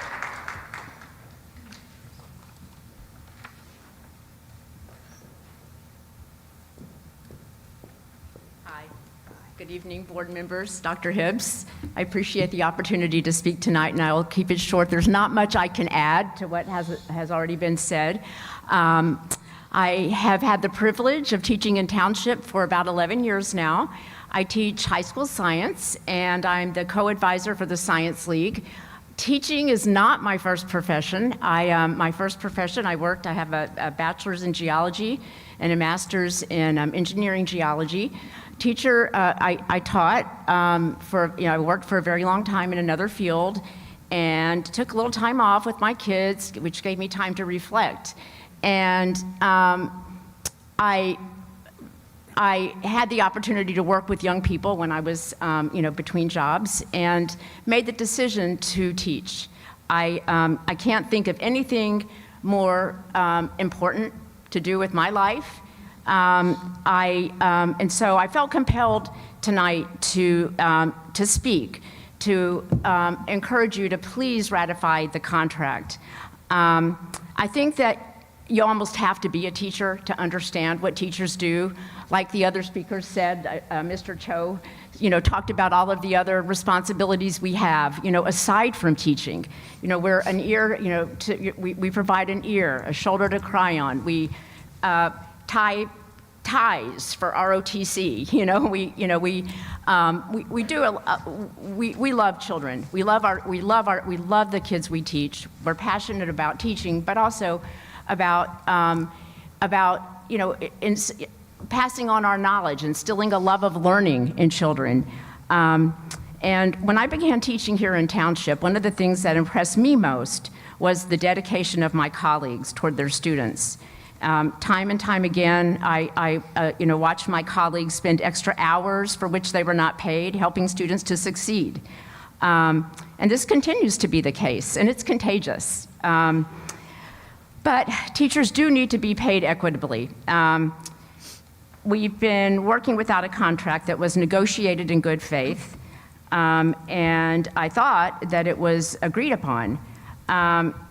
It appears to me to be more than fair, and is modest, in my opinion. I don't even know that we keep up with inflation. Ratifying this contract it's not just an investment in students, it's in teachers. It's an investment in our students. Fewer people, I'm sure you know, are pursuing degrees in education, and more are leaving for better paying jobs. Equitable salaries are vital to attract and also keep good teachers, which is one of the district's goals I read earlier. When we're supported, when we feel better supported, we can better support our students. So passing the contract will not solve all the problems, but it's an act of good faith that will go a long way.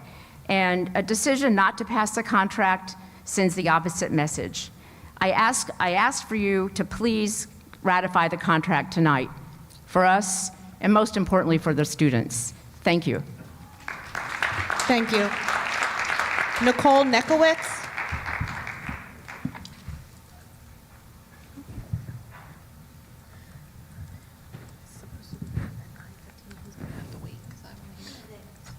And thank you for allowing me to speak. My name is Nicole Nekowitz, and I have proudly worked in this district for 11 years. 2 years ago, I was honored as named to be Teacher of the Year. I am thankful to be a teacher at Grenlock because Grenlock is not just a school, it's a family. When anyone walks into our building, they are greeted with smiles and compassion. The atmosphere exists because of the love we have for our students. It's about building a better community, and it starts with us. We are the foundation. Our preschool program has accomplished so much in such a short time because of how hard we have worked. We've received recognition from New Jersey Grow Kids and expanded our program every year. To stay in a state program, we must meet rigorous requirements, using assessments like ECHRS while learning and implementing curriculum. This has been a tremendous amount of work for our teachers and administration. As we grew, we hired new teachers, and that required collaboration to help them understand the state requirements and the curriculum. But we didn't stop there. We've written grants to create a beautiful butterfly garden, a habitat that teachers teach children about the world around them. We added sensory areas to our walls, floors, and even created a complete sensory room in each of our main schools for indoor play. We installed a communication board on the playground, built outdoor music areas, and soon an outside little lending library will be available in both Kindle and Grenlock for the community. We have organized food drives to help families during tough economic times. None of this was asked of us. We did it because we care. We spend countless hours attending student events, volunteering at Trunk or Treat, the Snowball Dance, helping the home and school projects like the Spring Bunny, Grinch. We've created a committee to promote inclusion and support all learners. We serve on an early childhood advisory committee to strengthen the connection between school and home. We make materials for parents to have an easier home life. We do all this while giving up our time with our own families and spending money from our own pockets to make special things happen for our children. We are with your children 6 hours a day, and every day they love coming to school because we care. Because please show us that you care for us and our families too. We need the income to support our loved ones. Many of us work 2 jobs just to make ends meet. The cost of living rises every year, and it's not right to deny us the salaries we have earned and deserved. We value our families. Show us that you value us the same. Thank you for your time. Thank you. Morgan Lamanna.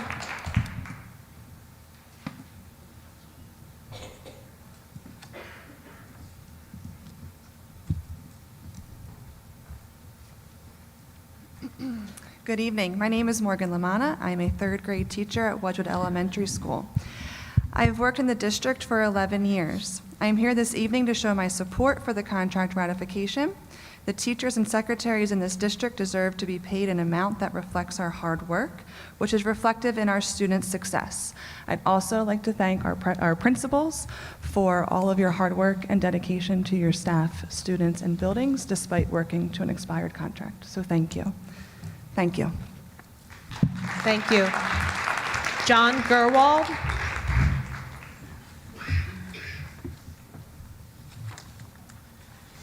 All right. Good evening, board. My name is John Gerwald, and I work at Grenlock Terrace Early Childhood Center. I grew up in Washington Township, graduated in 2006.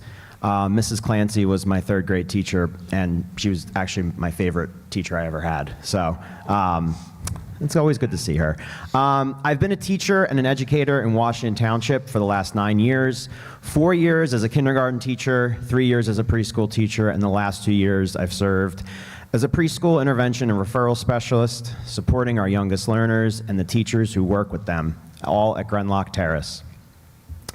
Grenlock is a truly happy place. Kids walk in smiling, teachers walk in smiling, and that doesn't happen by accident. Our principal, Mrs. Cox, sets the tone by championing early childhood education and leading in a way that makes staff feel valued and supported. I am here in support of the contract ratification because all of the teachers in this district deserve pay that reflects the work we do for our students. Early childhood educators lay the foundation for everything that comes afterward, academically, socially, and emotionally. Fair compensation is part of sustaining that work and keeping strong educators in our schools. Thank you. Thank you. Tracy Colligan.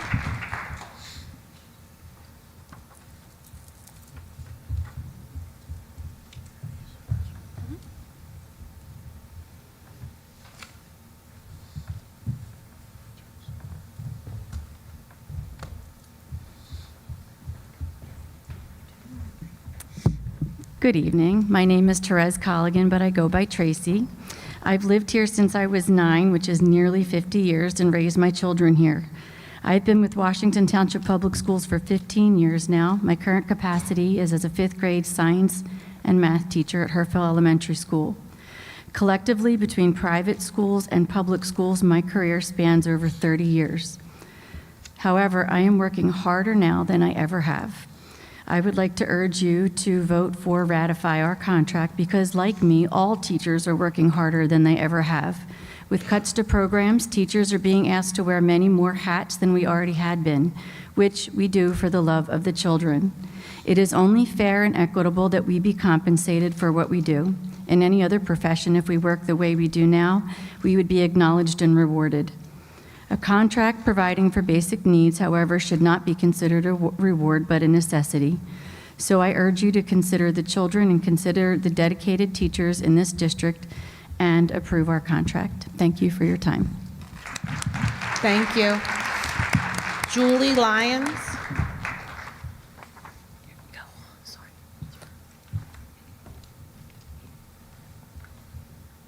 Good evening. I'm Julie Lyons, a proud township resident and a middle school science teacher and a senior rep at Bunker Hill.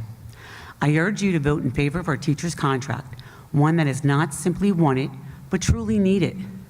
Our educators have demonstrated unwavering dedication year after year, ensuring that every student who walks through our doors is supported, challenged, and cared for. If we want to remain competitive, retain the high-quality teachers we have, and prevent further turnover, we must ensure that our compensation reflects the value we place on teaching. Our district cannot remain strong when its educators feel undervalued.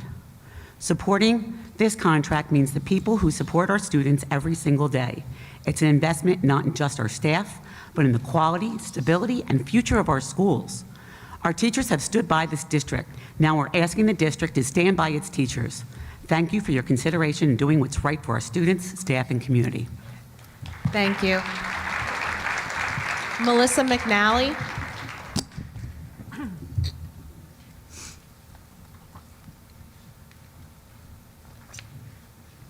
Hi.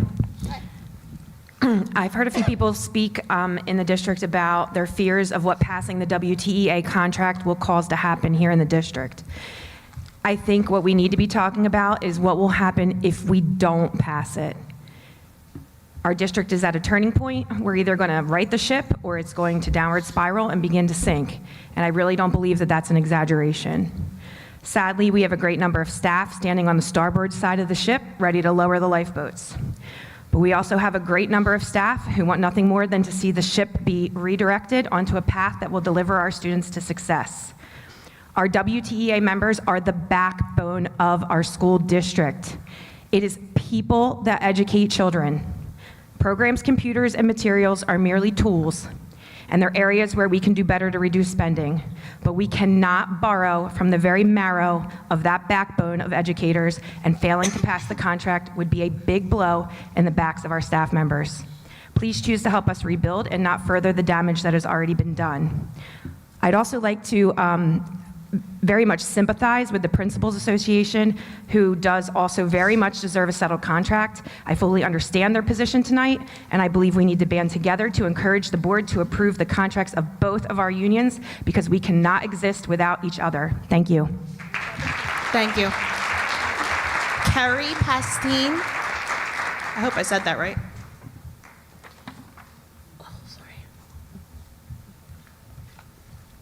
Is that how you say your last name, Pastine? Yes. So I'm Carrie Pastine. I'm a lifelong resident in Washington Township, and I also teach 5th grade at Herfield.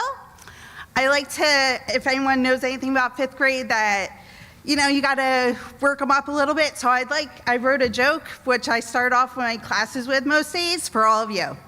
Knock, knock. And you would say, teachers. Teachers are always there. Whether you're driving by a school 5, 6, 7 o'clock at night, teachers are there. You go to a football field, you'll see teachers there cheering on their students. You go to a chorus concert that was at 7 o'clock tonight, you'll see teachers there because their students reached out to them and asked them to go. So just know, teachers are always there. Thank you. Nicole Lanuti.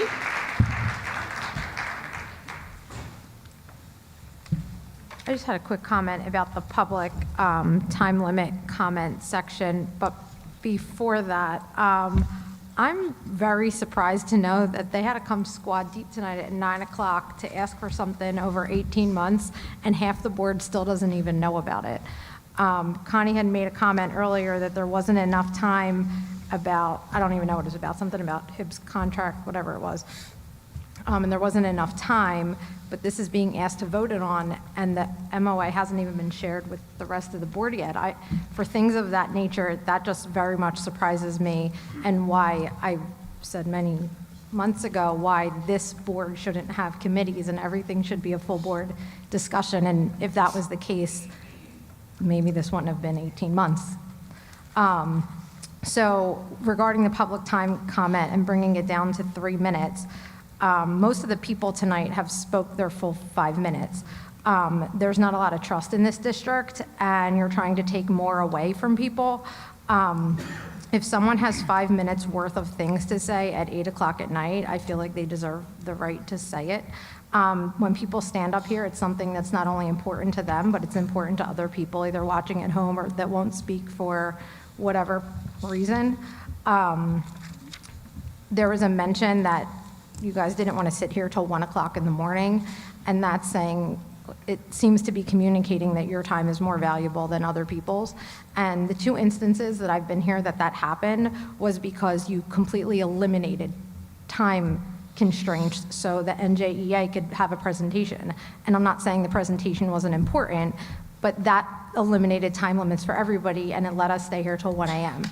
But those conversations from residents and teachers that night, they had plenty to say, and they deserve that voice.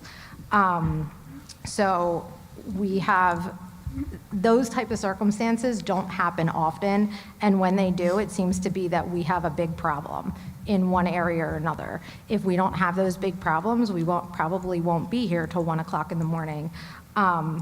But parents, residents, teachers, staff, anybody that stands up here has something really important to say. And I don't think it's fair to try to limit a 5-minute voice to them when they can't even finish that 5 minutes. A lot of people have to sit down and come back the next 5 minutes. So I'm just asking you, while we're in this climate of a lot of residents and a lot of teachers and a lot of parents having concern, to rethink shortening their voice. Thanks. Thank you. Can I get a motion to close to the public? Motion. Second. All in favor? Aye. Okay, moving on to committee reports. First, Personnel Committee. The Personnel Committee met on November 10th. We talked about our normal human resources agenda items, which were additional time, salary adjustments for longevity, approval of substitutes, retirements, resignations, reappointment of a staff member, staff hires, and leave of absences. We discussed the status of the contracts, the negotiation process, and budgeting concerns. Any questions about Personnel Committee? Thanks for doing it. Thank you. Okay, moving on. Oh, sorry, Connie. Thank Wait, you. were you Thank supposed you. to do? I appreciate I'm thinking, it. I'm policy, sorry. Policy didn't even meet, so did you want to say anything else? That's fine. Okay. Did a great job. Instructional Affairs, Mrs. Blome. I wasn't at the meeting, but I did take right. some notes from what I've received from Mrs. Gerber, so I can go over them. Yeah, that's the one I was unless there's supposed to somebody report else. out on. Okay. They met on December 1st. The next meeting is on tentatively January 13th. They discussed the addition of a trip to New York City on the field trip list of approved trips. The district is adding an additional staff member to the list of mentors for our Title IV mentoring program.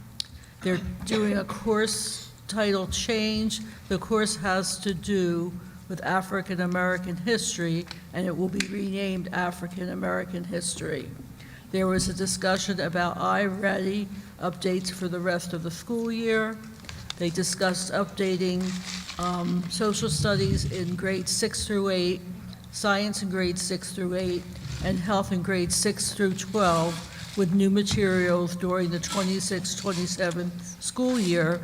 And lastly, they talked about our preschool program and that there are openings in the 4-year-old classes, and I believe the flyer went home to let the community know about that.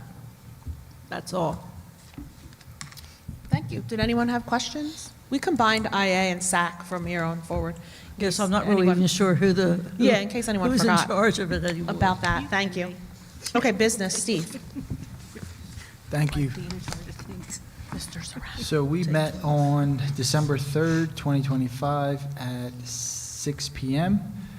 The board members present were myself and Mr. Ross. The administrators present were Dr. Hibbs and Mrs. Wechter.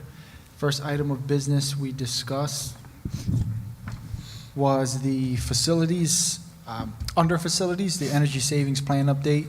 And the biggest update for that is we have a bond ordinance that has to be approved next week or this month, before the end of the month, to keep borrowing for the energy savings plan and keep that project on schedule. The budget calendar, no updates to the state calendar yet, and we do have a committee. We had the committee discuss planning additional budget-related meetings in January when all of the new members are present after reorganization. Finance, solicitor and negotiator RFPs, we discussed the ratings, and we had interviews in executive session before we came out into the public, and we are waiting on one more firm, right? Yeah, we're going to interview Okay, them. we have one more firm that we have to go back into executive to interview before we make our decision on one of the RFPs. ESS addendum and subrate update. There will be an increase, an agenda item this month. If it's not on this agenda today, it will be next week. It is on this agenda, correct? To increase the subrates, the minimum wage, next week? Okay. Next week, there will be a minimum wage amount, a new increase effective January. There was a donation, Dr. Hibbs, I don't know if you wanted to take this one away, the donation for the JV softball dugouts. You had a lot of information on that, okay. You may take it? So, yeah, because you had a lot of information on it. Yeah, we're just gonna, we have an amazing donation for 2 concrete dugouts for JV softball. So more information to come. All right, thank you. RFP schedule. We discussed the RFP schedule for next year, and we have general liability insurance consulting services in its 3rd year, and we also discuss some uncertainty in obtaining quotes given some of the items, some of the roadblocks that we're currently facing. Elementary clubs. We have Some elementary clubs that were reinstated using excess student activity funds, which is a plus for us. And then we have the last item of business, which was the 2026 Board of Education meeting calendar to be reviewed and approved at reorg in January. And the next meeting is tentatively scheduled for, the next committee meeting, tentatively scheduled for Tuesday, January 13th, 2026 at 6 p.m. You have 2025 here. So just correct that when you get a chance. Thank you. That'll be all for me. Any questions? Okay. Moving on to the report of the superintendent. Can I have a motion to approve items 1 and 2, the HIB report and the district goals? Motion. Second. Any discussion? Nope. Roll call. Mrs. Hartung? Yes. Mr. LaLiberty? Yes. Mr. Ross? Yes. Mr. Serrano? Yes. Mrs. Baker? Yes. Mrs. Bloom? Yes. Mrs. Clancy? Yes. Ms. Chilla? Yes to 1, abstain on 2.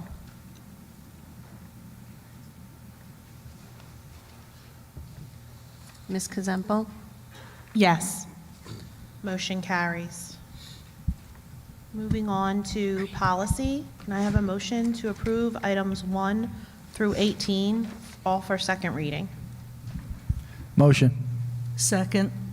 Discussion? I had some things, if nobody else does. Okay.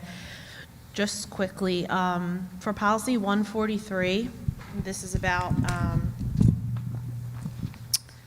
if we have to, where is it? Board member election and appointment. It says the board secretary shall promptly notify the president of a vacancy and the president shall inform all the other board members.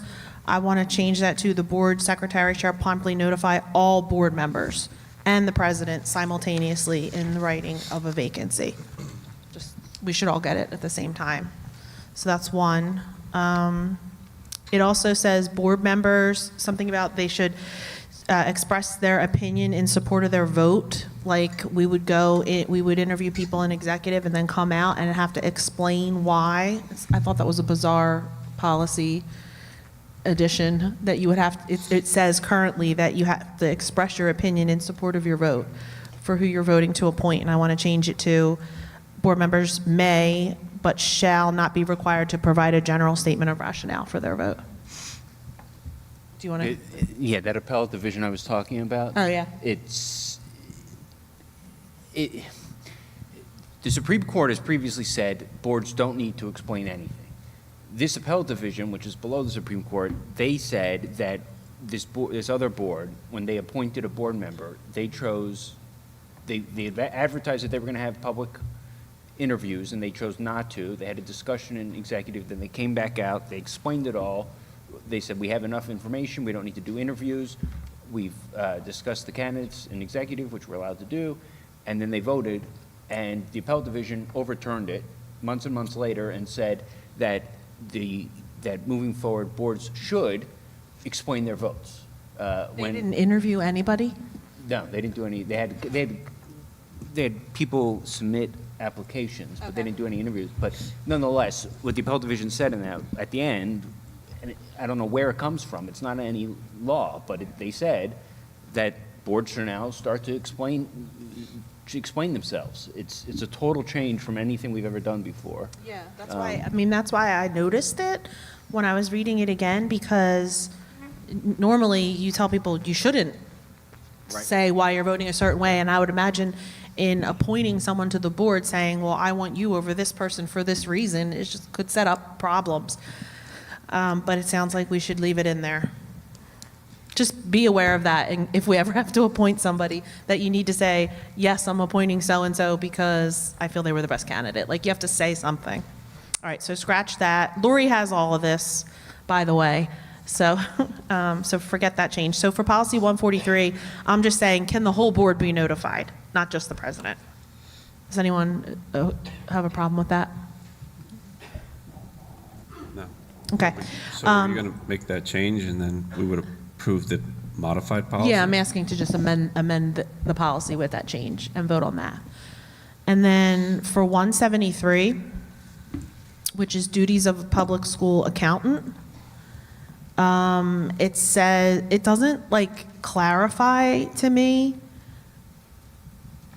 Like after the first paragraph, I would like for it to say, the superintendent and the board secretary shall be jointly responsible for monitoring, documenting, and ensuring compliance with all reporting, submission, and notification timelines required under this policy. So that the board, the way it reads currently, it sounds like the board is responsible for that. And I don't think we should. That might be a lawyer question. So it's 173, if you open it up. Do you have this?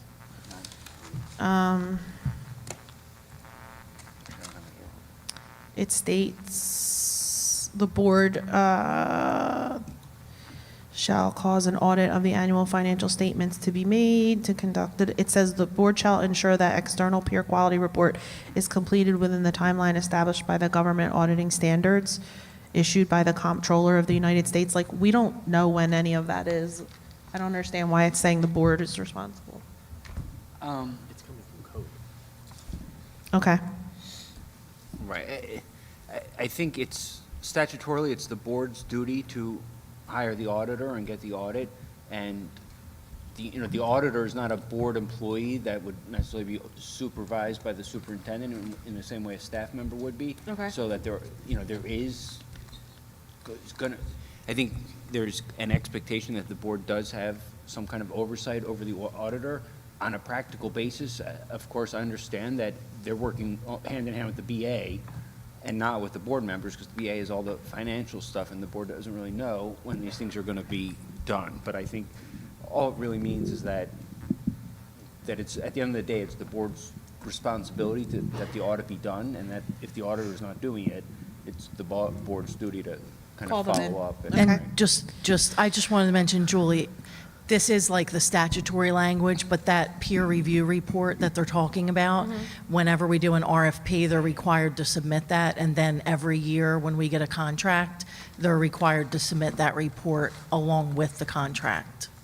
Okay. So we do get that from them. And that's kind of like an audit report for the auditor. They have to get it, I want to say, every 3 years, but they have to submit that to us for review. So we Okay. always have that on file with their contract. Okay. All right, just one, and then the last one is for public complaints. It used to be called public complaints and grievances. Grievances was taken out. Not totally sure why, but I mean, I hope everyone read this carefully, because this is saying if you have any sort of complaint about anything, you, as a board member, have to say that you're a parent to come with that. I just hope everyone read this closely. It needs to clarify, it needs to be amended to clarify board member access to the complaint process, establish ethical referral safeguards when complaints involve the superintendent, and restore formal separation between public complaints and contractual grievances. I want to make sure that this policy isn't saying that you can't bring a complaint about something unless you're a parent. That's what it sounds like to me.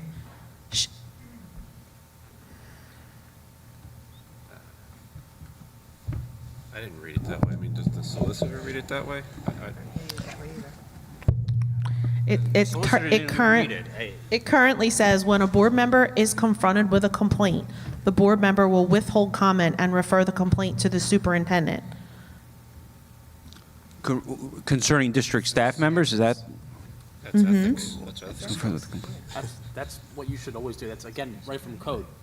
You're supposed to refer all complaints. It's actually part of the board member code of ethics. Refer all complaints. Okay, but CSA. Okay. Okay, I think that is the code of ethics. I think it's J. but if a board member has a complaint, Yeah, so what the ethics says, and I don't have it in front of me, the Ethics Act says is that board members shall at least initially refer all complaints to the administrative staff and only act upon them if the public is not satisfied with the administrative resolution. So, okay, so if a board member makes a complaint about the superintendent, they're not in harm's way? but this isn't talking about a board member making a complaint. It's talking about when a board member receives a complaint, is the way I'm reading it. That if a board member it does say is confronted with a complaint, but I don't think it's talking about a board member has a complaint. It's a Complaint from the public. Okay. Okay. Any other discussion? All right, so the only change then is in policy 143, Lori.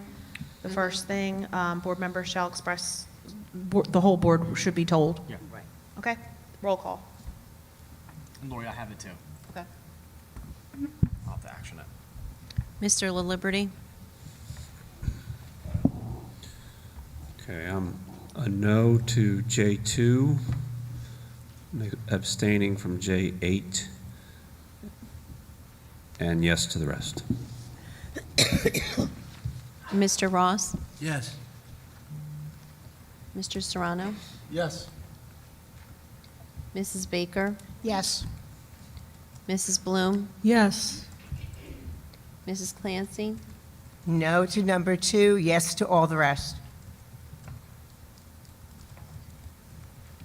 Mrs. Chilla? No to number 2, yes to the rest. Mrs. Hartong? No to number 2, yes to the rest. Ms. Kazempo? Yes. Did that pass? Did they all pass? We have 4 for J2. Noes. I thought it was 5-4. So 2 did not pass, but the rest did? And there's 5 yeses. For which one? Yep. 2? They all passed. They all passed. Okay. Pass? Yeah, they all passed. Okay, can I have a motion to approve item number 1 under student activities and communications, student disenrollment? So moved. Second. Any discussion? Shouldn't be. Roll call. Mr. Ross? Yes. Mr. Serrano? Yes. Mrs. Baker? Yes. Mrs. Bloom? Yes. Mrs. Chilla? Yes. Mrs. Clancy? Yes. Mrs. Hartong? Yes. Mr. LaLiberty? Yes. Ms. Kazempo? Yes. Motion carries. Motion to approve items 1 and 2 under negotiations. This is the ratification of the MOAs with the WTEA and the WTSA. Motion. Second. Any discussion? First, Scott? I'd like to move that we table this and go into exec. We really haven't had a chance as a board to discuss the MOAs. I mean, we just received them. Some of the board members just received them.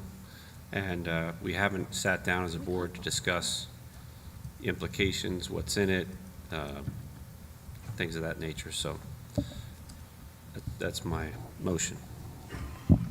Okay, my discussion, okay. Most of you know me, I'm probably not going to appreciate what I have to say. I've been where you are. I've worked hours before contract time and after. I've had students come on every single morning, Monday through Thursday, for extra help, a quiet place for homework. I've made home visits to students who were out ill or were having some difficulty at home. I've attended sports activities after school when kids have requested, baseball, football, you name it, okay? I also had Best Practice Award of being the first all-inclusive classroom, wrote our own curriculum, had children at different levels. So I know where you are. My problem is that you deserve a contract, but right now, what you're asking for is way above what the county average is. And I have no problem with it being, let me finish. I listen to you, please listen to me. I understand where you are. However, you have to be physically responsible. We have people that contributed their money to bring back programs for our students, to bring back clubs for our students. What's going to happen to these programs? I want you to think about that. Okay, So, order, please, sorry. just real quick, I think Scott Had a motion and it needs a second. I'll second it. And Okay. I also want to ask if we are going to put the principals. We are talking about that. MOA. We're going to talk about that in executive. Okay, Is there any discussion on tabling this and coming back to it?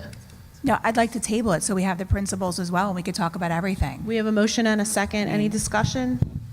Okay, so we're going to vote on tabling this and going into executive. So a yes means you want to table it and talk about it in an executive, and a no means you want to vote on it and go back to the original motion, which was to approve.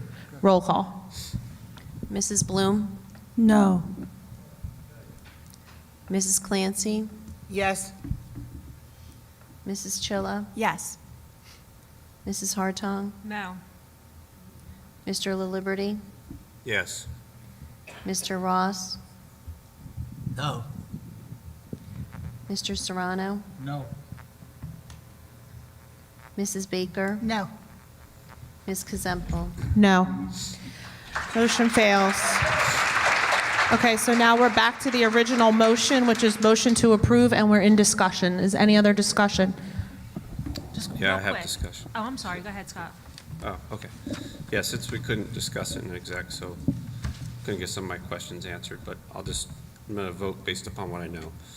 And I know, people are going to say I don't support teachers and stuff like that, and they can say it, but in my heart, and just so everybody knows, I do support teachers.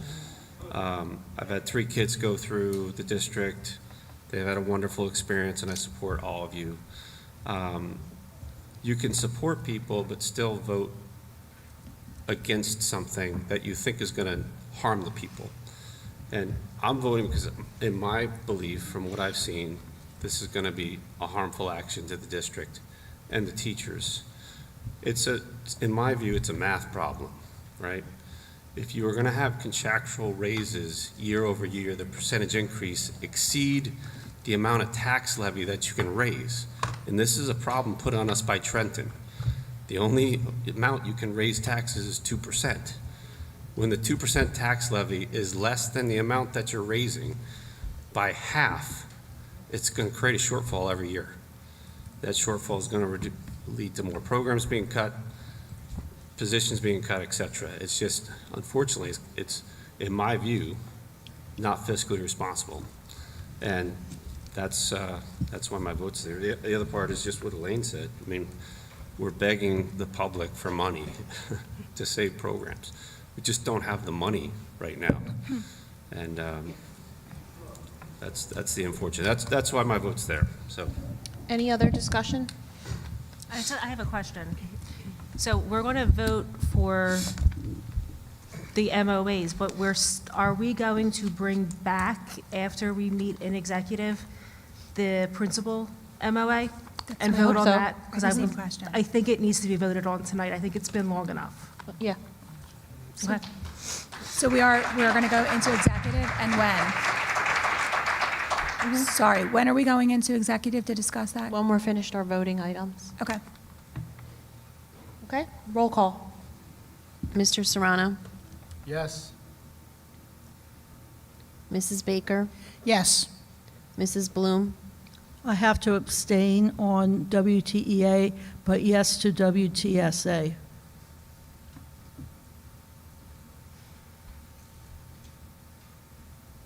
Mrs. Clancy? No to 1, yes to 2. You know what? I was respectful listening to you. You might disagree with me, and that's fine, but I am entitled to view my views. Mrs. Chilla? Abstain? On both, or, On both or just? I know you have to abstain on one, On but both, because I don't have the information on the other. That's why I have to abstain. the supervisors? Yeah. If I had the information and was able to ask questions, I'd love to be able to vote on it. And I have to abstain on number 1. So that's a no. It's an It's abstention. abstain. So it's a nothing. So don't support the yes. It's an abstention. I think you've abstained a lot. You get it. Mrs. Hartong? Yes to 1 and abstain to 2.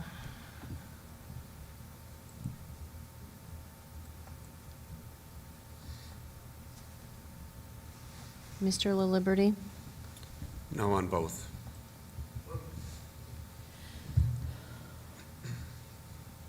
Mr. Ross? Yes.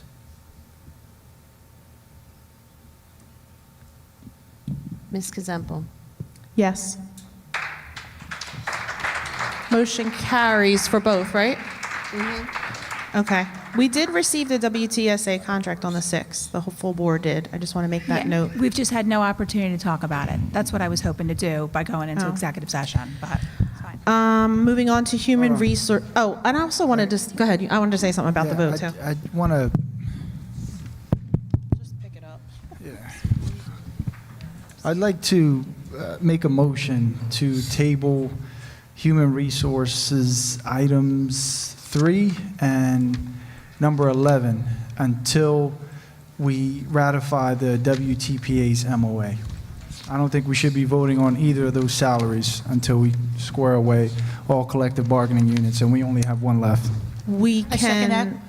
we could table everything under M, go into executive and come back out. No, Oh, just those two. you just want to table those? Second?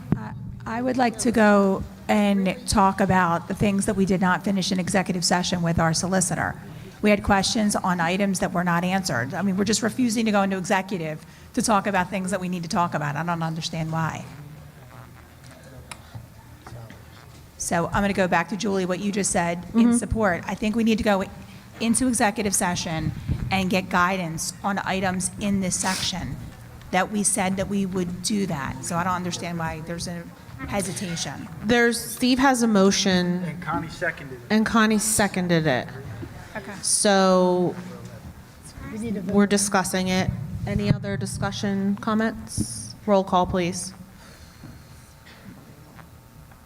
This is roll calling a vote just to table the two that Steve recommended, I have a little discussion. which is number 3 and 11. I have something. So, board, we are so grossly behind on Annette's and Janine's contracts. It's just grossly behind. We're going to lose QSAC points. It's just embarrassing at this moment. In my opinion, these votes need to take place. We talk about valuing people. Let's value people. Well, I think the motion is to table them until we go into executive. Until we ratify the WTPA, the final collective bargaining unit, who is 18 months behind, we can table non-units, and Annette and Janine, I think they'll be okay. I disagree, but it's okay. Vote on them now. Okay, so roll call that. Until we take care of the What are we roll calling? Can you Okay, clarify? we're roll calling his motion to table 3 and 11 until the principal's contract is on to be ratified. Yes. Which means we can vote on everything else, go into executive, come back out, and we will take action when we come back out, so. Could go back on at the end, based on what I'm understanding. Yes. Okay, got it. So roll call on that. Mrs. Baker, Yes. Mrs. Bloom, Yes. Mrs. Clancy, No for number 11. No, Yes for 3. no, that's not what we're voting on, I thought. no, that's what we're voting on, I to thought table no, number to 3 table. and number Oh, 11. well, she said noted to number 7. No, number 11. Oh, okay. Yeah, that's okay. It's the echo. It's so hard to And hear then, in here. your yes to number 3? Elaine? Are you yes to tabling number 3, Yeah. but not number 11? Not number 11. Okay. Mrs. Chilla, No. Mrs. Hartong, No. Mr. LaLiberty, No. Mr. Ross, Yes. Mr. Serrano, Yes. Ms. Kazemple. Yes? Did that carry? 5 yeses. Okay. Yeah, so I'm gonna ask for a motion to move into executive real quickly, but before that, I just wanted to say that we respect our principals and our supervisors and our teachers and our support staff very much. Teaching is a profession, And in Washington Township, teaching is a profession, and teachers are going to be compensated as such, and so will principals, supervisors, and support staff. Thank you. Can I have a motion to move into executive? Motion. Are we going to finish M? Because we can't. We have to. Okay, motion to approve items 1 and 2 under Human Resources. I don't know why, it doesn't really matter. 1 and 2, and then 4 through 10, and 12 through So just- 34. Sorry, just real quick. This is what I was talking about. To motion to go into executive session because we still need legal guidance on the bottom half of this section that we did not get from our solicitor. We said we were going to go into executive session because there was a question whether or not we needed to do a procedure prior to voting. We still don't have the answer to that question. I don't know what the hesitation is to go into executive Items session before we 29 vote on the rest. through There's a 33. motion and a second, so we're in discussion. Who motioned HR? I think that what you're saying, Carol, is what we talked about. There's It's crazy. items on here, numbers 29 through 33, that we started to get advice from council about, but we didn't finish. We need to finish that discussion to figure out how to properly handle that. And we That's said why we were need going to go into exec- executive session to finish the conversation. Did we get a second on Steve's motion? I'm just trying to keep track procedurally. What?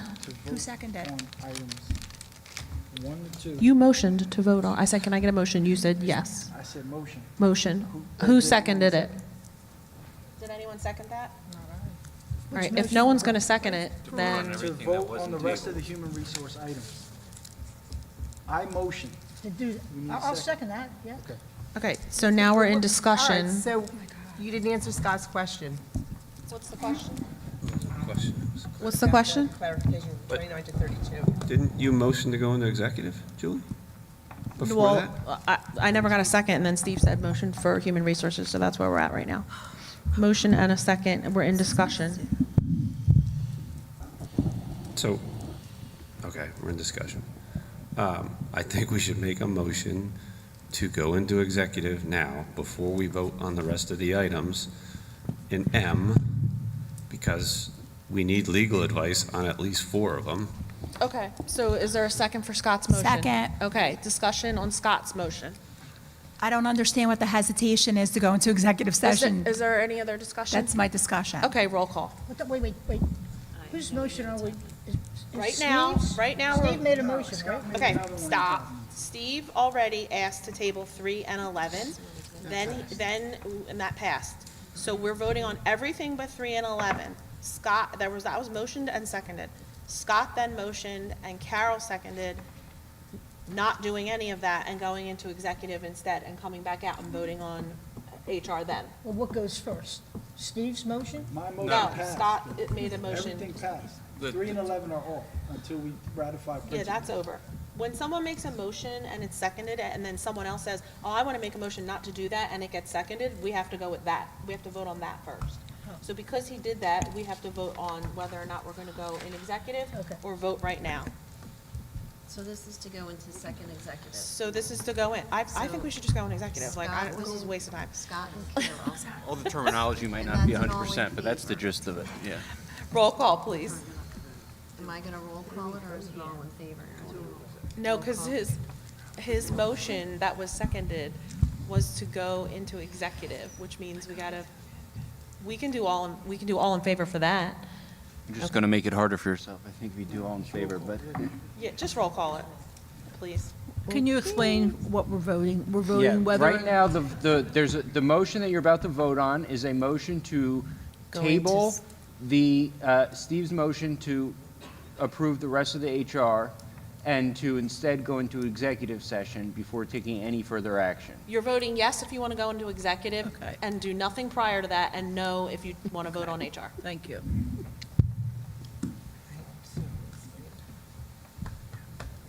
Mrs. Bloom, Yes. Mrs. Clancy, Yes. Mrs. Chilla, Yes. Mrs. Hartong, Yes. Mr. La Liberty, Yes. Mr. Ross, Yes. Mr. Serrano, Yes. Mrs. Baker, Yes. Ms. Kazempel. Yes. It's Okay. at 10 o'clock. Look at us. Okay, resolve that pursuant to Section 8 of the Open Public Meetings Act, the public shall be excluded from that portion of the meeting involving the discussion of an interview for negotiator and the HR agenda and attorney-client privilege. Further resolve that discussion of such subject matter in executive session can be disclosed to the public if any action is taken by the board, which there might be action taken either at the resumption of the public session, at the conclusion of the executive session, or at the public session at a later date. We could be in executive anywhere from a half an hour to an hour. Thank you. That's human resources. Right, you need to hang around. Principals first, so that I can scram? Yeah.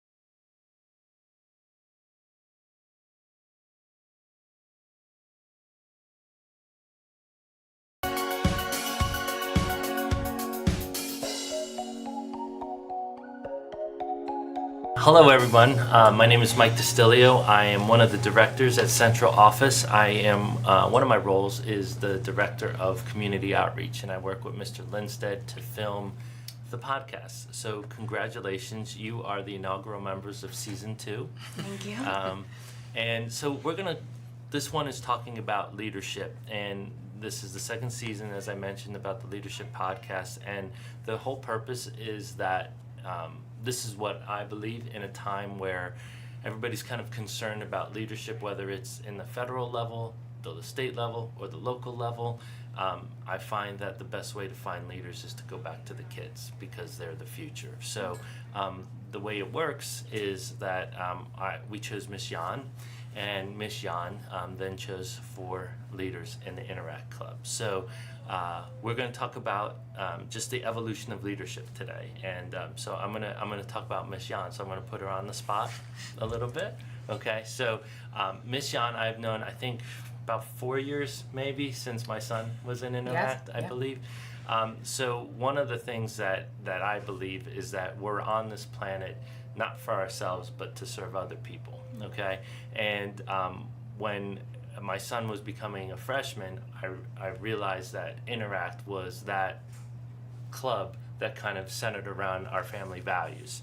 And working, when he met Miss Yan and Mr. Mack, I knew Miss Yan, I knew you were a very positive person, and as an English person, I remember you tweeted something about Macbeth, and I'm a very big Denzel Washington fan, and so I just kind of, I've watched your leadership from afar. I watched you give of yourself completely, whether it's, you know, in the community, just walking around or whatever, but the things you do for the school, particularly students with special needs, is something that I admire, and it's not an accident that between you and Mr. Mack, the Interact Club is probably one of the most successful clubs in the building, you know, and because you probably choose very good leaders, which you have today. So if you could just kind of talk about, you know, how you view your leadership style, just in a synopsis, and then talk about why you chose all 4 individuals. Sure. So especially for Interact,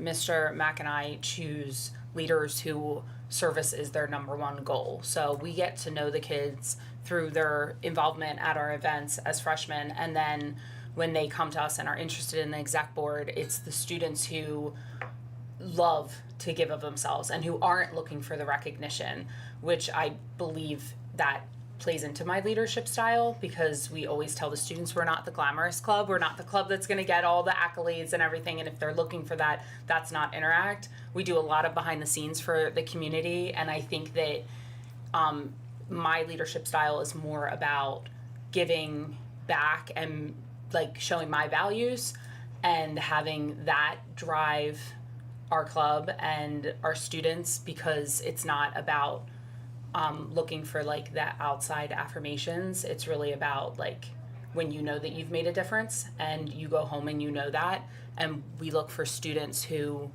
are really, they embody that, and these kids give of themselves, because I think in this generation, you know, the stigma is that these kids don't really do that they're more, you know, self-absorbed and on their devices all the time and everything.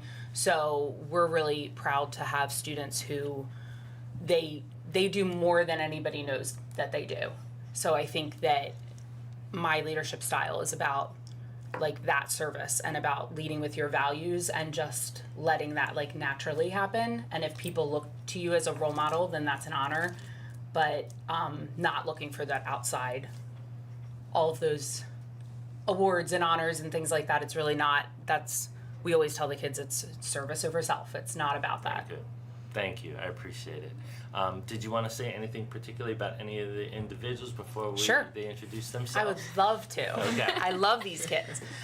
So Andrea and Max are our presidents. And I have had the honor of having both of them since they were freshmen. Actually, all 4 of you guys involved in Interact since they were freshmen.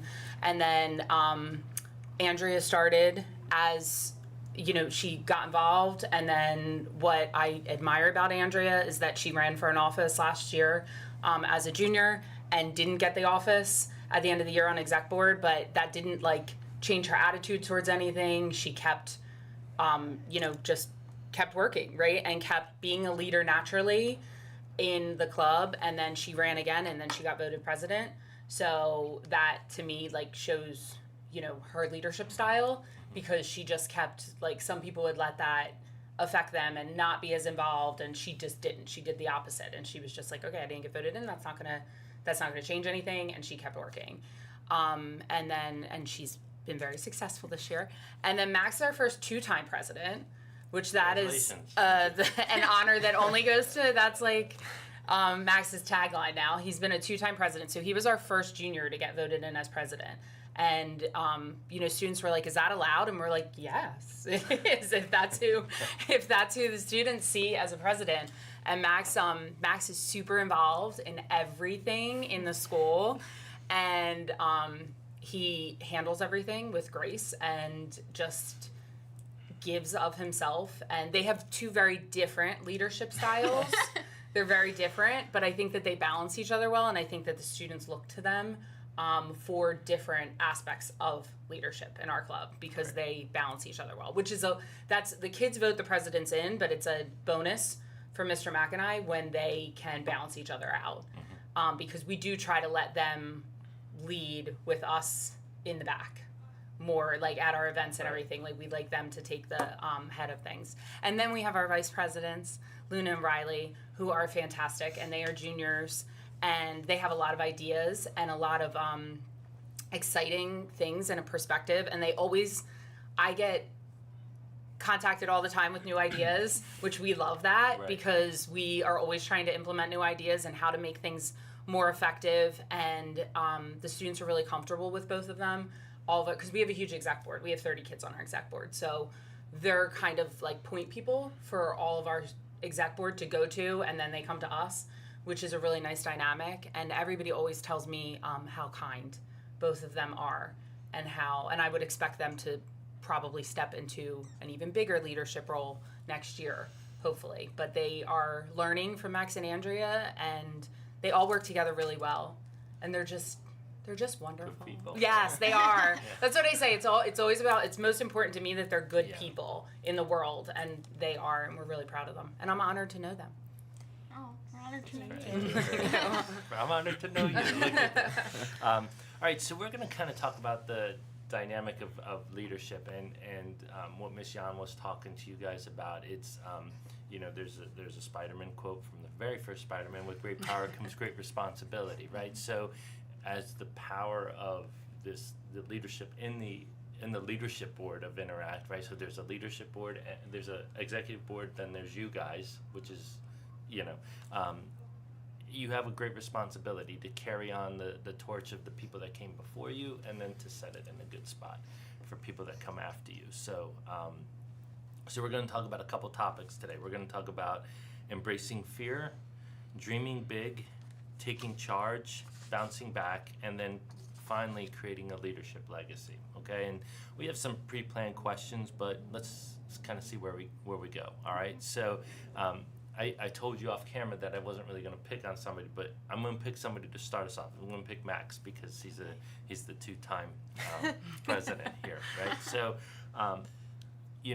Max, just kind of off camera, we talked about some of the things you're trying to, take a step across the threshold to right now. So all of these things, as a junior, trying to be the president, your application process that you're doing now, there's a lot of fear, maybe even being on this podcast, there's a lot of fear that it's associated with this. So I guess my question is, you as a leader, how do you distinguish between being afraid and not, jumping across that threshold and like you got to pause versus I'm just really nervous about this situation, but I can do it? That's kind of what I want to know, because sometimes fear blocks us from being self-actualized, and I'm just kind of interested in if you could kind of speak to that. Yes, sir. So I think that my first thing is I always take a step back, and I always want to reflect all my options and my problems of what I have to do. And I think it's really important for socially to always be involved. So yeah, you have your responsibilities, but I think it's just as important to take a step back and hang out with your friends. And I think that kind of helps me distinguish between my fears and what I have to do and my responsibilities, because I always have somebody to lean on. So you have good people in your life? Yes, sir. I mean, I have my family who's always been there for me, my sister, my best friend, and then just my friends in general who I always have. So thank you for that response. Does anybody else want to chime in? Feel free. No? Okay. We'll go to there. Yeah, we'll ask about some things, and this is one of the things that this comment is about dreaming big, right? So I mentioned Denzel Washington, right? So he played Macbeth in the movie. I don't know if you know this, right? But like, if Denzel Washington came into this building, I'd jump on his back and give him a massive hug. I think he is by far the coolest human being in America. And I'm assuming you know who Denzel Washington is. I don't even know if you know. Not all students do don't now. know who Denzel Okay, Washington Denzel Washington is the best actor. Everything he touches is gold. Like, Right, he's right, amazing. yeah. And he played Macbeth, so I get to play some of his Macbeth in my classroom. Recently he did. But he's amazing. I'm trying to think of the most. He's the Equalizer. You ever see that movie? yeah, okay. Yeah. Okay. All right. Maybe. My parents put it I on don't all know. the Our time. references are getting old. I know, I'm trying I know, to you know, in my yeah. classroom. Oh boy, this is tough. All right. Anyway, so if you can, I mean, he's like my version of Taylor Swift, okay? So does that make sense? Okay. So I think he's an incredibly faithful person, incredibly kind person, but he always comes up with this sage wisdom and these unbelievable quotes, and he talks about dreams and he talks about goals and how they're very different, okay? They work together, but they're very different. So my question is exactly that. What is the difference between a dream and a goal? And talk about it as a leader, like a dream and a goal, and how can a leader do both, right? You can go ahead. Okay. Yeah. I feel like, and I learned a lot about this as I've stepped into this more intense leadership role. For me, I think dreams are more things that, like, I know is not something that I can achieve right now. So when I was a sophomore, I was like, okay, my dream is, or like a freshman, my dream is to be president of a big club one day. And I was like, okay, we're going to do these things to make my dream a reality, but I know it's not going to happen right now. And like now my current dream is like, okay, after high school, I'm going to do this, this, and this. So my dream is to become, like, I want to be a missionary nurse when I grow up. Okay. So it's like, That's nice. Thank you. Yeah. So I'm going to go to college, get my nursing degree, figure out where I'm going, and then go. So it's like, a dream to me is more something that it's like, okay, this can't happen right now, but I'm going to fill in what I need to do to make that dream a reality, not now, like when I'm ready. But like a goal in my mind is something that is achievable in like the near-ish future. So like, let me think, like going on the president of a big club example, my junior year, I was like, okay, like kind of what Miss Allen said, I didn't get office as a junior, that's fine. But now my goal when I'm a senior year is to be the president. So I'm gonna do what I need to do to make that goal happen near future. And like I'm an athlete, so I play lacrosse.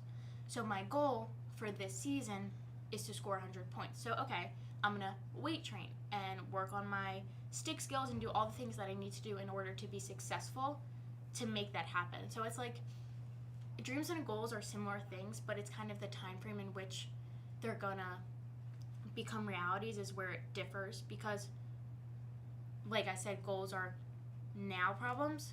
Dreams are, I'm dreaming that this is gonna happen eventually. Gotcha.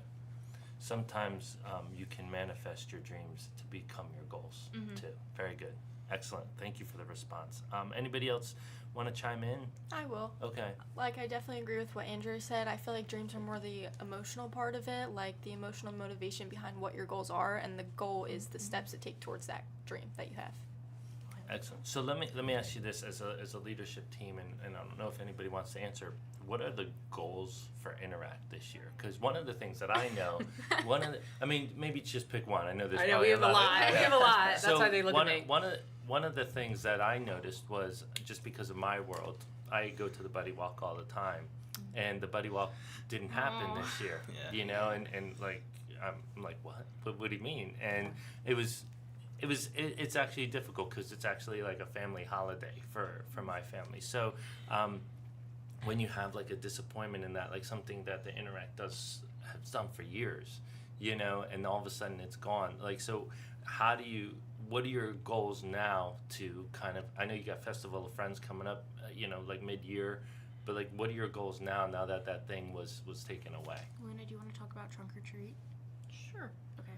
I think, like, since Buddy Walk isn't happening, it's sad. I mean, I like Buddy Walk a lot, but now we're trying to kind of create different events that, not to replace it necessarily, but just to still get everyone together and still make a difference. Like, as she said, we're gonna have a trunk or treat next week, so it's still gonna get everyone together, and it's just for the community and different events. Like, at the end of October, I'm gonna have a food drive, so just still things like we're trying to make new kind of events just to still get everyone together and make a difference. Awesome. Yeah, our kids were really disappointed by Yeah, that, and that was sure. that was like a national thing that Interact's been involved with since way before Mr. Mack and I Right. took over. So our goal this year, and we did talk about this as a leadership team, is to create more inclusive events, because the special needs community is really close to my heart, and it's something that, our students really care about. So our goal is, like you said, not to replace that, but to create more events where we can include everybody.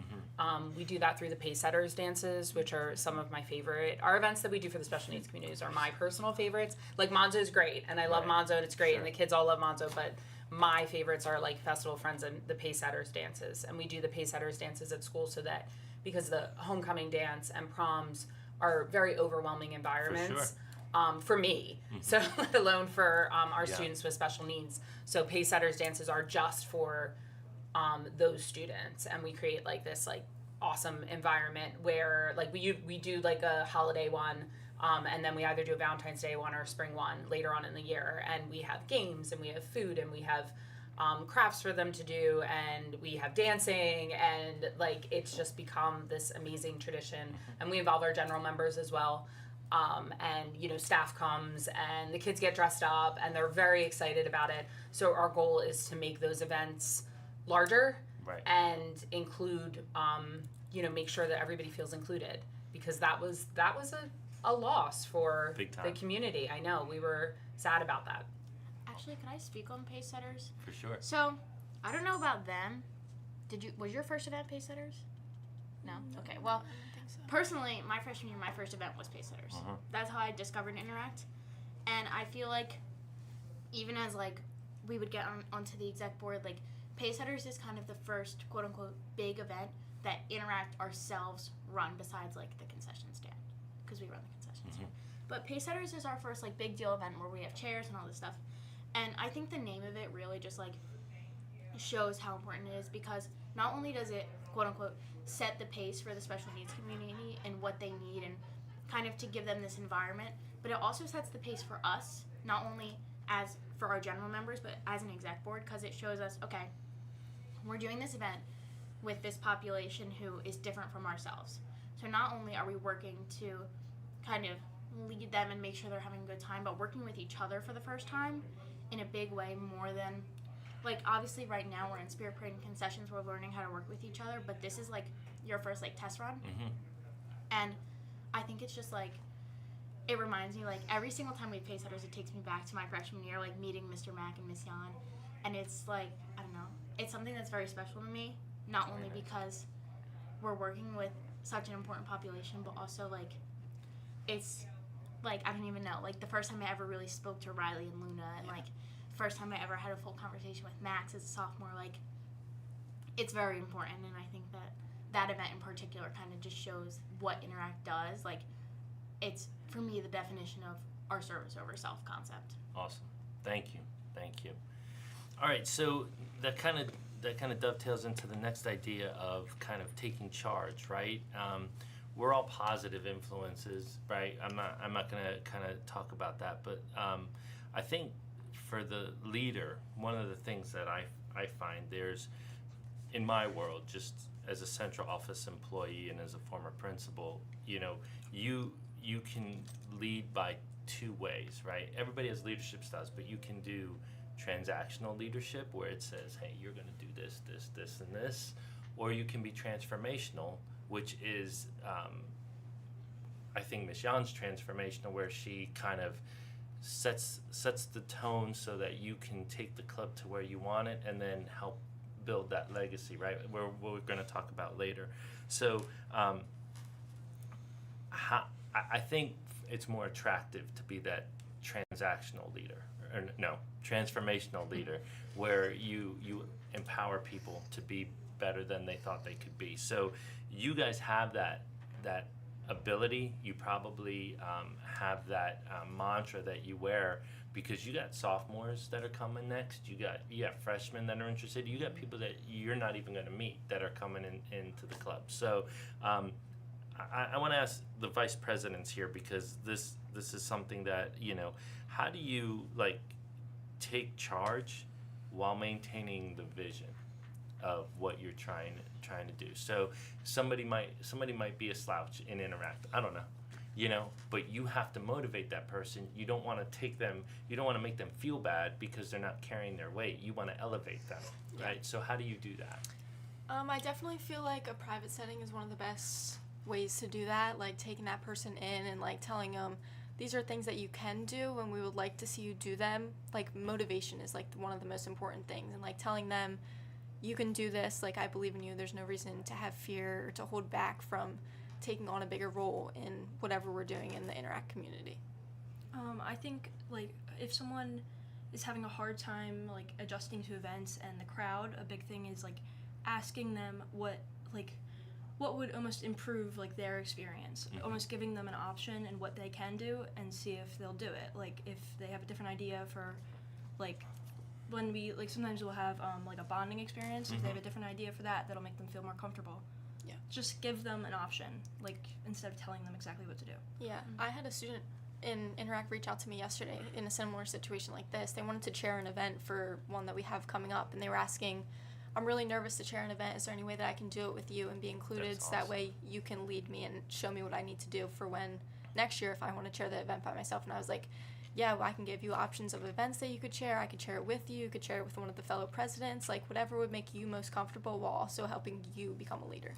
I think that's an awesome statement, because what you've done is you build capacity for those that come after you. And that is when there's no question in my mind that all four of you at some point are going to be fantastic leaders in like your adult life. That's just a fact. I mean, you know, we've been around enough to know, like, we see it when we see it. You know, we know. I would even go so far as to say we probably were like you when we were kids. You know, but you know, the fact that you're willing to walk side by side with somebody so that they can be successful, and then, you know, work your way to the background so that you can elevate them. That's a miraculous thing, and that's going to pay you. That mindset alone is going to pay you dividends as whatever you choose to do in life. You know, whatever it is. That's an amazing leadership acumen for you. So I appreciate you mentioning that. Thank you for saying that. Anybody else want to chime in?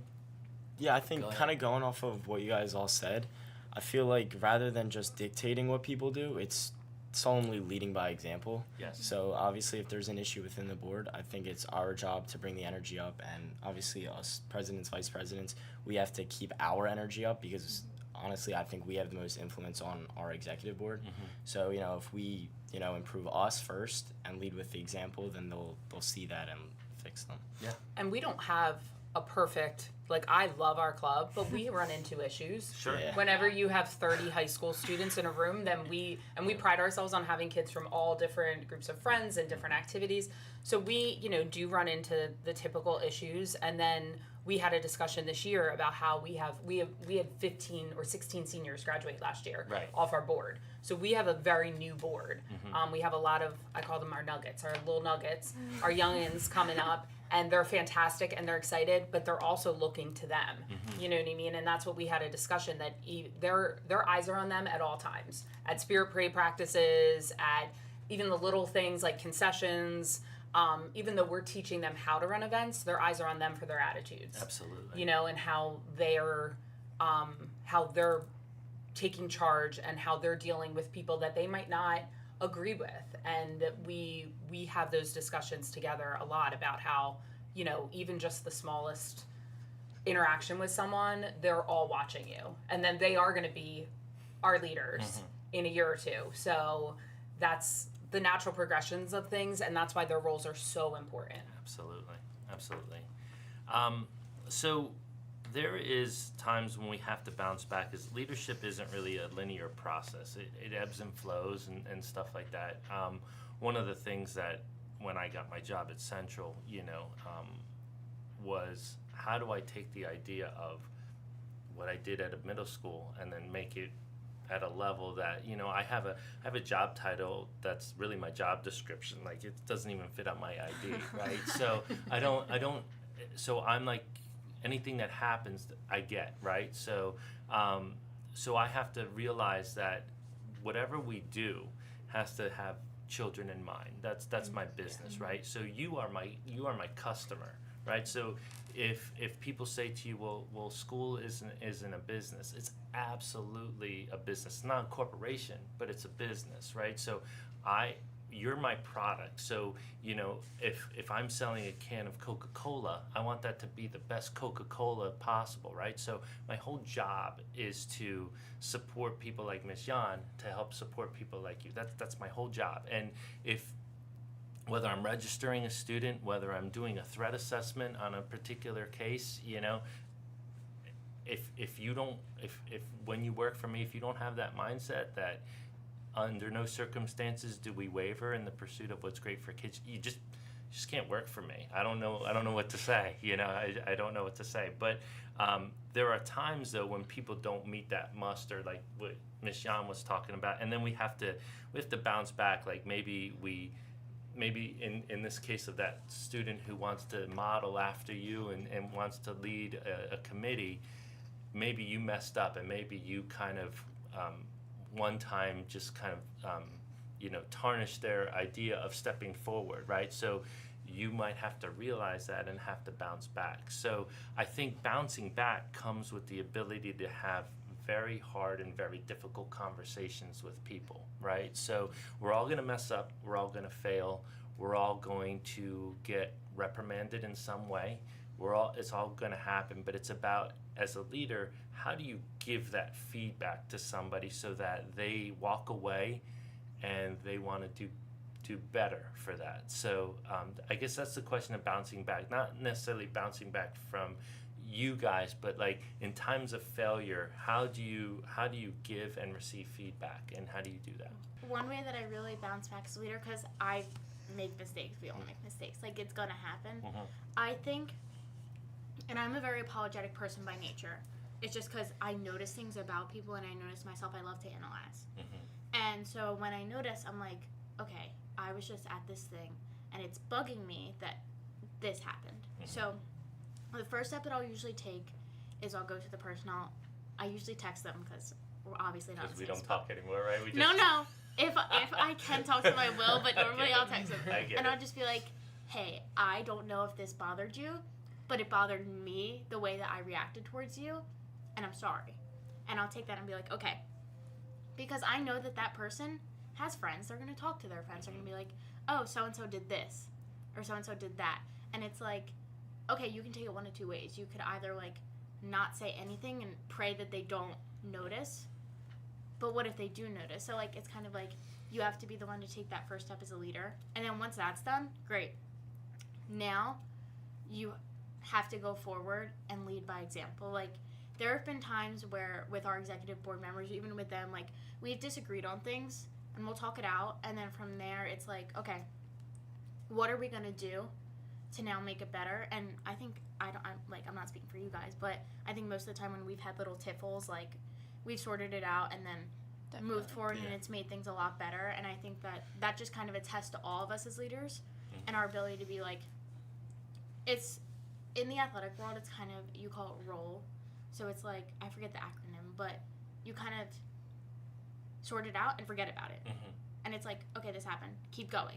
Because you have to have a short mindset, not only as an athlete or a person, but as a leader. It's even more important because bouncing back, people are watching, like Ms. Yan said, like even in the hallways when we smile or say hi to our younger students in the board, it's like they're watching you and they're watching every move you make. So it's part of that transformative, transactional. You have to, before you can tell them do this, do that, you have to lead by example. And it's like that comes first with how do you take challenges as a leader? Because these kids, they've probably never been in leadership roles as intense as this before. Right, absolutely. So it's like, okay, I'm going to lead by example. I'm going to show you what I do to do this. And then you can take it or you cannot. And then through that and the way that I act, that's why I'm telling you, okay, I want you to do this because I care for you. It's like one of those type of things. Awesome. Thank you. I feel like a big part when there's like issues, like a big like part to make it work out well is to just take a step back and like remember the overall goal of this club and not act purely based on emotion. And like if there's an issue between the other members or if there's an issue between us or we can't agree on something, is to just really realize why we're here, which is to make a difference, and just be mature about it and speak maturely. And yeah, I want to focus on what you said and what Andrea said, that is the total crux of what leadership is, the ability to apologize for not necessarily your intent, but your impact, you recognizing your impact and how to adjust from that, and then also go back to the mission in the fact that everything you do needs to go back to what your purpose is, right? So if you're leading with purpose, then you're always going to go back to it. Those are great statements by the two of you. Thank you both for sharing. It was outstanding. So the last question before we wrap up is, creating a leadership legacy, right? You guys are upperclassmen. In 2 years, you guys are going to be gone and go on to more robust things. You guys are, you're closer to being adults than you are to freshmen, right? So, so what we know, because we're older, is the fact that, at some point, there's going to be somebody that takes over Interact somewhere along the line. There's going to be somebody at central office that does what I do, and everybody is 100% replaceable, but the ideas and the legacy that they have is not, right? So we have lots of leaders here that probably showed Michonne kind of how to be a good leader. I would imagine they might not be here anymore. They might have retired, but we're all replaceable, but our legacy lives on if we do it the right way. And I'm wondering, I'm going to ask everybody this question because it's a very important thing. And it's going to be this simple, and I'll say it and I'll pause to let you all reflect on it. When your time here at Washington Township High School is done, what do you want your legacy to be?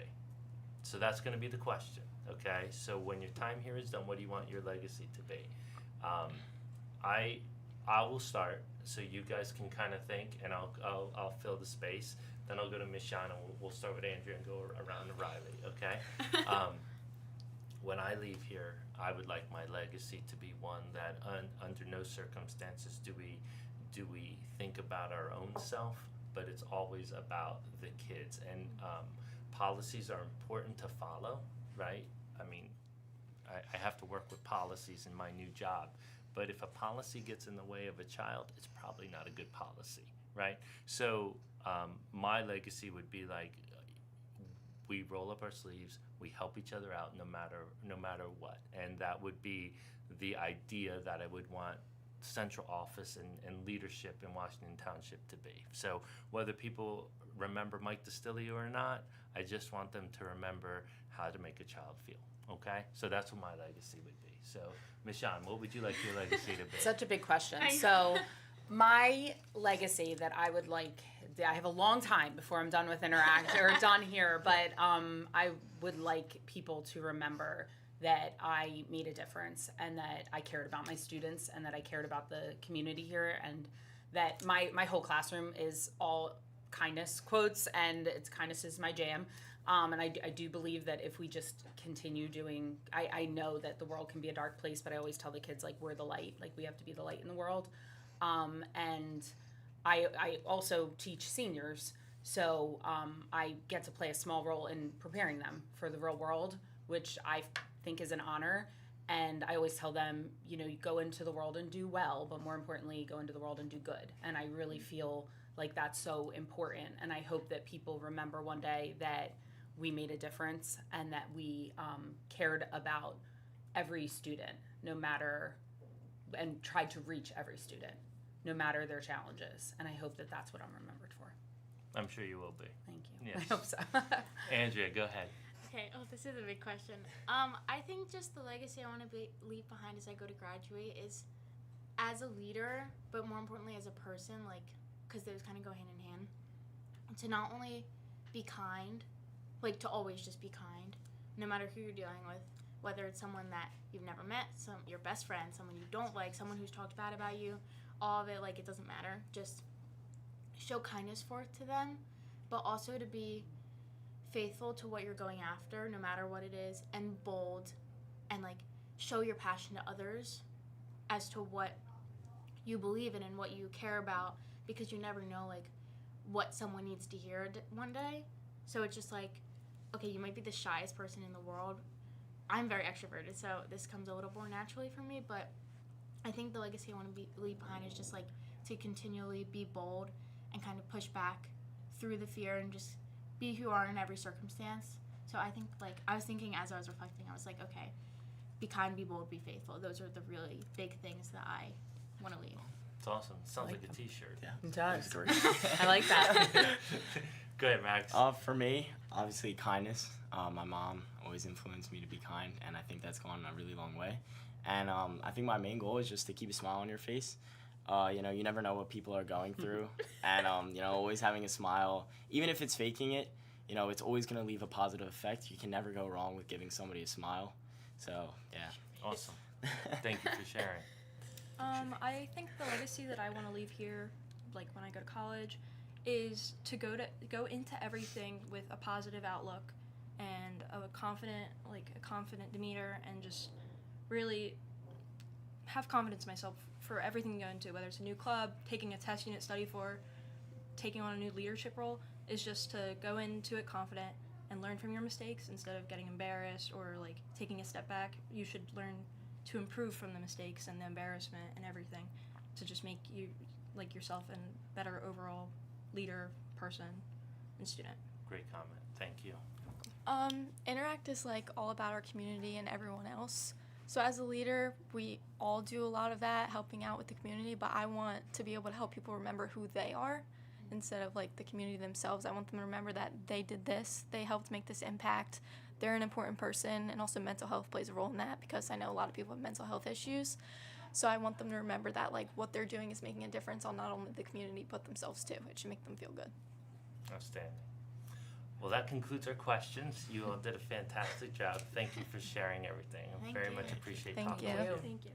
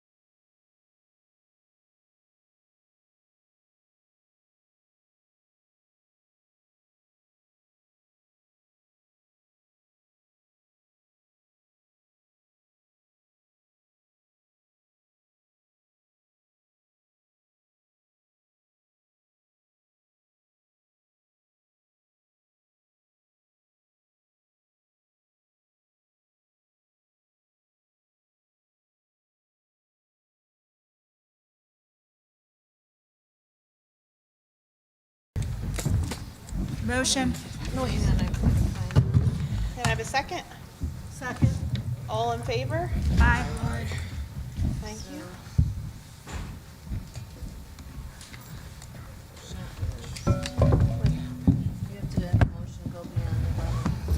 Can I have a motion to extend the meeting beyond 11 PM? Motion. Can I get a second? Second. All in favor? Thank you. Aye. Okay, so,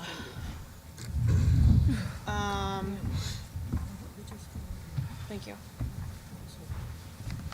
Okay, so we're just gonna, we should just pick right back up with the HR. He's going to make a comment.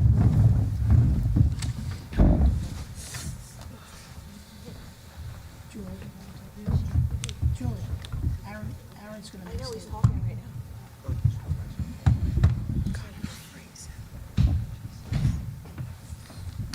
Aaron, are you gonna make a comment?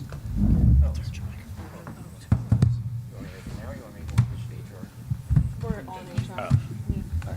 So, the board asked me to address the status of the administrator's contract, and specifically the MOA. So, the board discussed it, the MOA and the proposed MOA, and are very much in favor of what's in the MOA, and do absolutely plan on approving it. However, the MOA leaves one critical item that still needs to be resolved between the parties, which there has not been resolved yet. So they're going to wait until that is resolved and to vote on it. Thank you.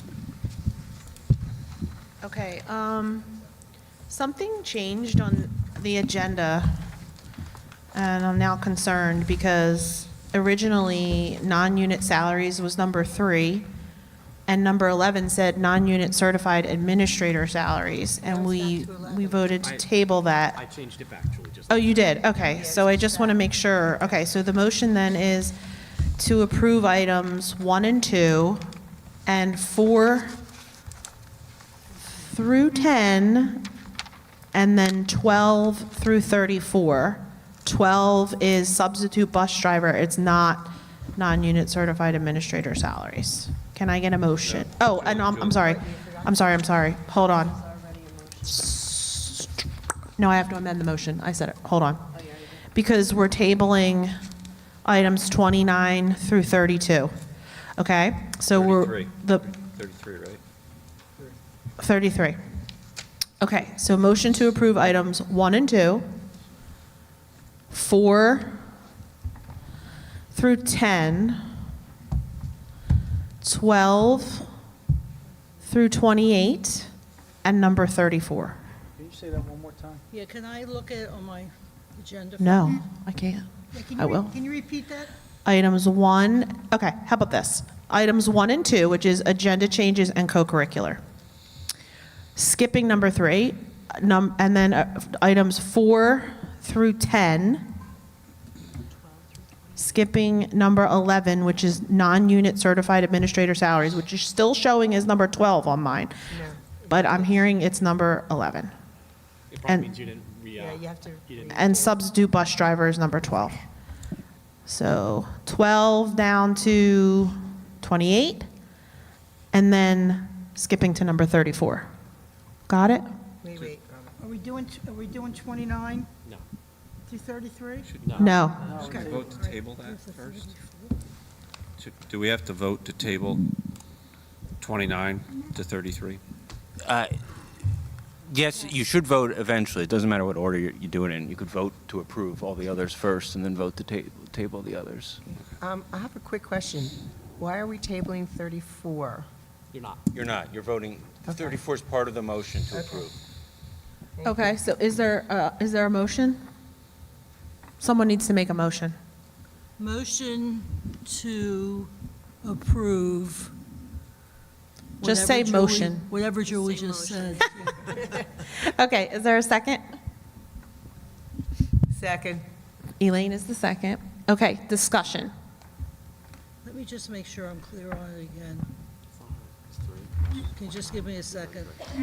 1 and 2, 4 through 10, 12 to 28, and 34.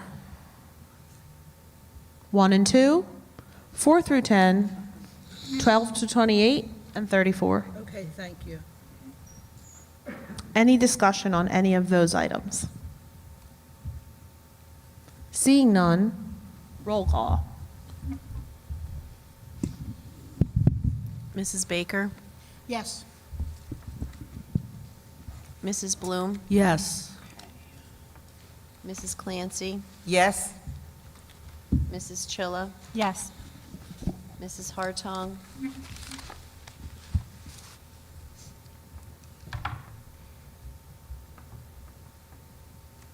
Mr. LaLiberty, Yes. Mr. Ross, Yes. Mr. Serrano, Yes. Ms. Kazemple. Yes. Motion carries, thank you. Nothing under finance and facilities, nothing under special ed. Don't we have to vote to table? Motion to table items 29 through 33. So moved. Well, 3 and 11 were already tabled. So motion to approve items 29 and 33 under human resources. Motion to table. Is that what you To said? table it. To table 20, Oh, sorry. To table, I've been up since 5 a.m. 29 to 33, table. So moved. Okay. Scott and Scott and Steve. And any discussion? Roll call. So, hold on, just on the discussion, so we're gonna table this and that will address it next meeting, right? That's what that means, yes. Roll call. Mrs. Bloom, I don't know if I have to abstain on any of that. It's just a table. Okay, yes. Miss Clancy, Yes. Miss Chilla, No. Mrs. Hartong. Oh, that's right. Mr. LaLiberty, Yes. Mr. Ross, Yes. Mr. Serrano, Yes. Mrs. Baker, Yes. Ms. Kazemple. Yes. That motion carried. Motion to open to the public? I think you, new business, right? Anything under new business? I thought- do. Oh, is there do. something? Okay. Yeah, I'm going to make a statement because I don't know if I'll be here next week, so bear with me. I'm making this statement as an individual, not as a board member. I want to address the allegations that continue to circulate regarding my daughter Angelina. Claims suggesting that she received preferential treatment in either her academic record or National Honor Society application are false, unsupported, and deeply inappropriate. Plain and simple, Angelina suffered a concussion in May of 2023. There was no grade change. It was a grade that needed to be updated because zeros were put in for missing assignments, tests, and quizzes. I inquired as her parent.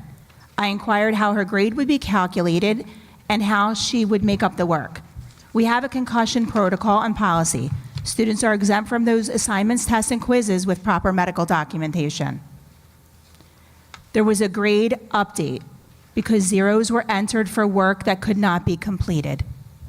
Those zeros were removed and the grade was updated. No objection was raised by anyone at the time that I'm aware of, nor by any WTEA representative.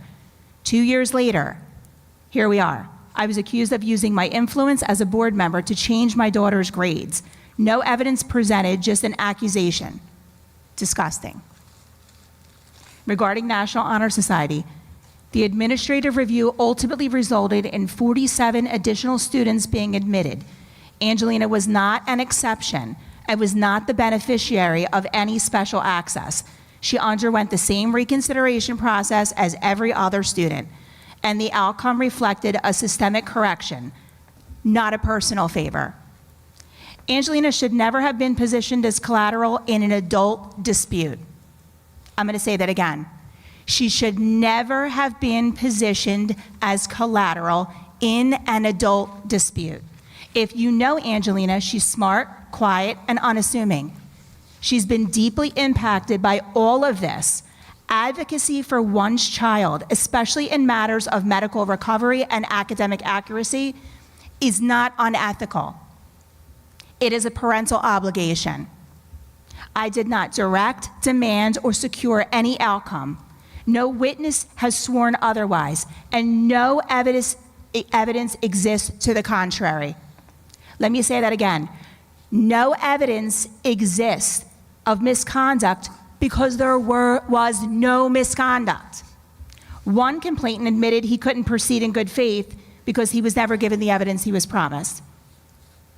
Also, as a side note, Dr. Hibbs did not attend any personal dance recitals because she didn't have any. So that's why he didn't attend. I think maybe 10 years ago she was in a recital. I didn't know Dr. Hibbs. So that was also just a random accusation that was unfounded because she didn't have a dance recital to attend.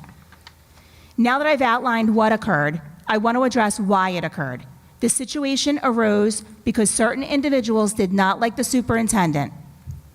That opposition, however, does not justify defaming a child or her parent. If there were concerns with the superintendent and his contract, they should have been addressed through an appropriate professional process, not through personal attacks. I stated a year ago that these false allegations would have legal ramifications, and that is now the case. Lawsuits are pending, and rightly so. No student or family should ever be subjected to what has unfolded here. It's unacceptable. And with so many teachers and administrators and community members have stated that they would love to say something publicly, but they're scared. They're scared for retaliation of their own kid. That's where we are. They're scared. Well, I can tell you, I would do it all over again if I had the opportunity. I will never apologize for advocating for my children when it's needed. Throughout this process, I continue to fulfill my duties transparently and responsibly. As I conclude my time on this board, I will remain steadfast in defending my daughter's dignity. She earned her standing, met the same standards applied to every student, and deserves the same respect afforded to every child in the district. Thank you.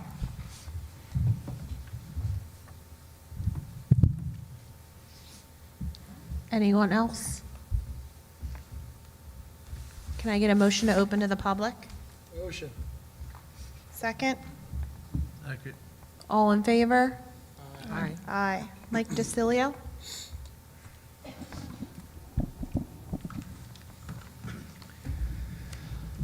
Mike DiStilio, 29 Saddlebrook Drive, Sewell, New Jersey, resident of 21 years in Washington Township, proud former principal of Bunker Hill, and proud member of the Central Administrative Team, proud member of the WTPA. Last time I spoke was March 2023, where I kind of challenged the board about their conduct.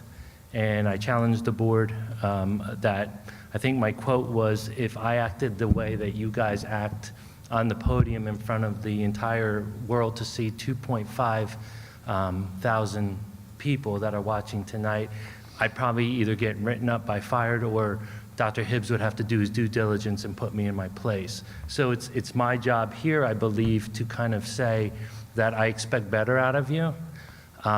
You guys have wasted our time for 18 months, and the fact that half of you didn't get any idea about what was in our contract is an absolute disgrace. For then board members to take some of my colleagues out in the hall and tell them that we can't vote today because we didn't know. I'm wondering what was going on for 18 months. What I do know what was happening was that we were getting a teacher contract passed first.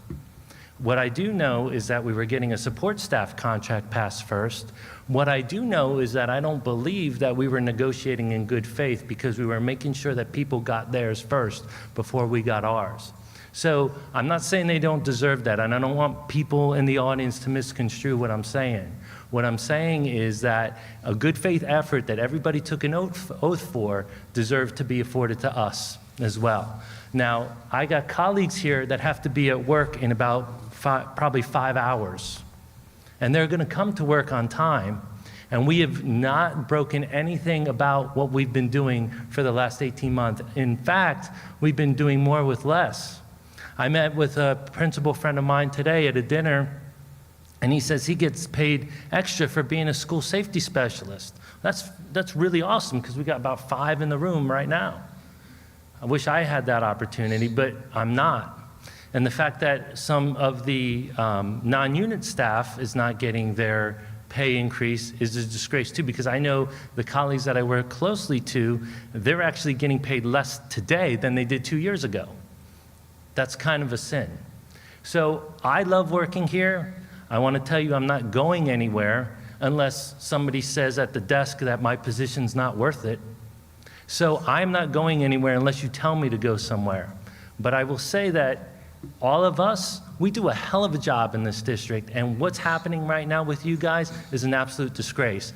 I love each of you individually, but what's happening as a collective entity is nonsense. And I want better from you, you expect better from me, and I want the same respect in return.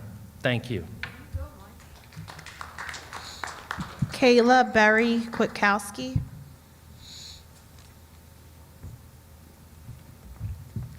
Hi, I'm a township resident as well. I've been working in this district for 10 years. I've had several jobs in this district. In fact, a lot of times I have multiple jobs at once, including today. I'm not sure if you're aware, but I'm also the ESL supervisor for our district, along with Ms. Gerber. So I take on that responsibility along with being a building principal and running a building every day. In addition, my building houses the emotional support program, which comes with its own set of challenges and also awesome possibilities for our students. But I want to talk a little bit about the great things that Orchard Valley has going on in the 3 years that Joe and I have been there. When we got to Orchard Valley did not have any positive behavior system. Now it has a robust positive behavior system where our kids earned 10,000 tickets last year, and we celebrated their success. This year we're tracking at over 3,000. We've included a Panther Pride store, and we've extended our PBIS to the entire district, K-8, on our buses. That came from Orchard Valley. We have shifted our climate and our culture at Orchard Valley because there was a lot of negativity, unfortunately, that we've been able to work through. We had the Patriots Pen competition winner. Our 8th grade student was the #1 chosen student. He did an amazing job. He read it to us. We were very proud when he read it to us.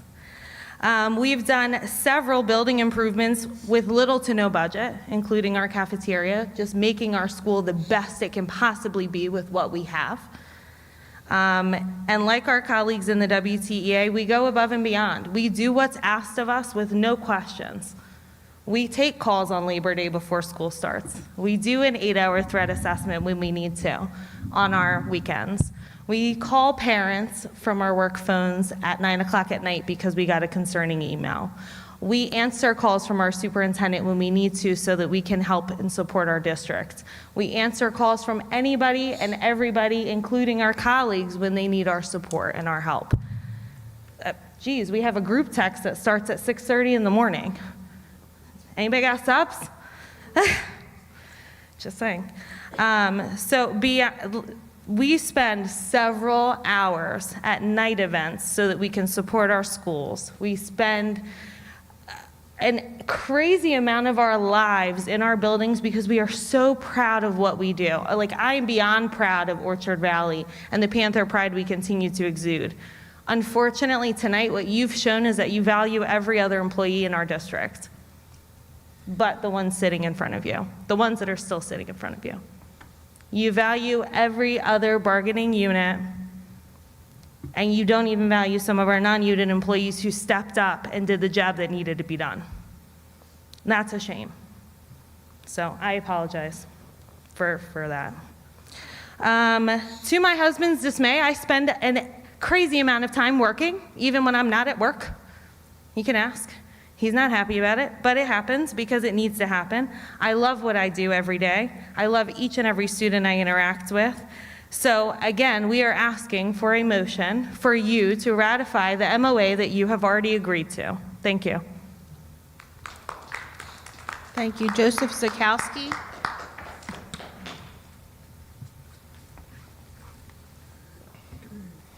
Hi, everybody.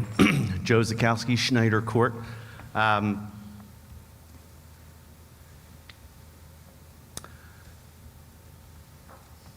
lifelong resident of Washington Township. Actually, technically moved here when I was 4.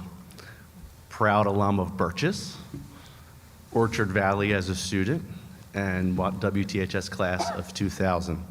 At the end of college, there were lots of opportunities for music teachers at the time. And I got a call from our supervisor here saying, hey, we do have 2 openings, if we're considering, coming back to Washington Township to teach. It was a no-brainer to put in my application. No-brainer. Like, I loved school as a student. I had an exceptional time in all 3 schools that I was in. And the idea, like you heard tonight from some of our teachers, of like, oh my God, getting a job in Township and what that means, that was an incredible opportunity. Have taught at Orchard Valley, have taught at Chestnut Ridge, and was the choir teacher at the high school for about 9 years. After 18 years of teaching, loving every single moment and making some great memories with students and colleagues, I wanted to serve in a different way. I wanted to take the things that I was able to do with the choir program and say, hey, with the success that we've had, what about taking some of those ideas district-wide? So I threw my hat in the ring for an assistant principal position and absolutely am loving every minute of what we do each day. What I didn't expect was that you could go from respected, cherished, like you work so hard, the kids love you, everything is good, good, good. But now that the position changed from teacher to administrator, now we don't trust you. You're just doing it for the money. You have your feet up on your desk. Maybe you need to roll up your sleeves a little bit more. That is what I did not expect, switching from the classroom to being a building leader. I never, ever expected it from a Board of Education. As a teacher, there's always disagreements between, staff and admin. That's why we have a grievance process. There's always going to be a disagreement on opinion of how something should be handled and what the next step should be. That exists in every workplace. That's going to continue. But the idea that as soon as you want to serve in a different way, your purpose just became nefarious. That's astounding to me, that's the feeling that we have as a unit.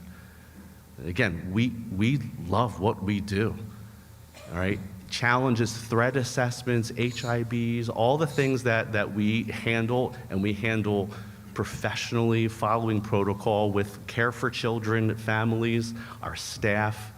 We love doing it because we know it's good for kids and it's good for this community, it's good for education.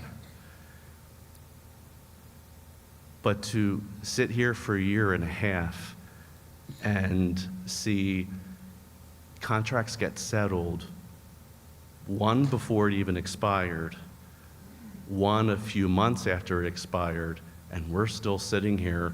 And again, it's not about the percentage. I forget what the percentage even is. Like, it has nothing to do, it's not specifically the money.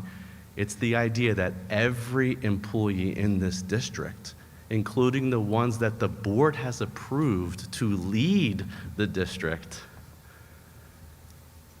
should be all treated with the same amount of respect. I'm glad the WTEA contract settled. I'm glad the WTSA, the support staff, I'm glad. Everyone deserves, what's deserved. But it's undeniable that how you can look at the situation and go, how is every single other employee in this district now have a settled contract on the agenda? The non-units were as well. But the principals, after 18 months, they still have to wait. It just doesn't make any sense. And again, I love working here. I love our community, our town, Township lifelong, and I thank you for listening to us tonight. Thank you. Julie LaRubio. Good evening. The only time I've ever been up here is when I've announced our Teachers of the Year, so I have really good memories of speaking in this microphone. I don't live in Township. I didn't go to Township.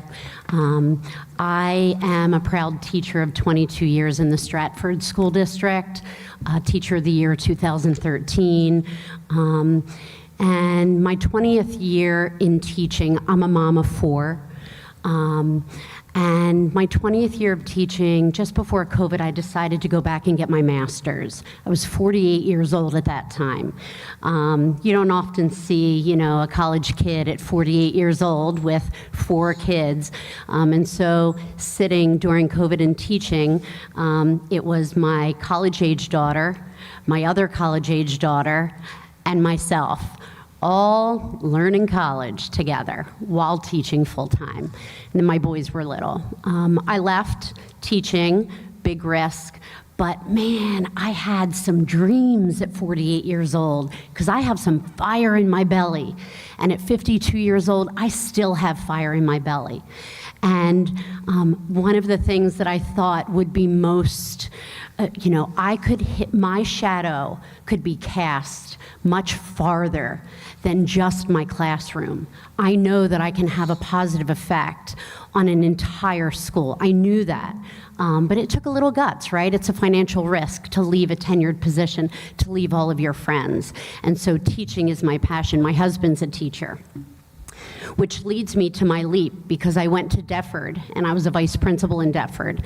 And when I got the job in Township, I just, it was exciting.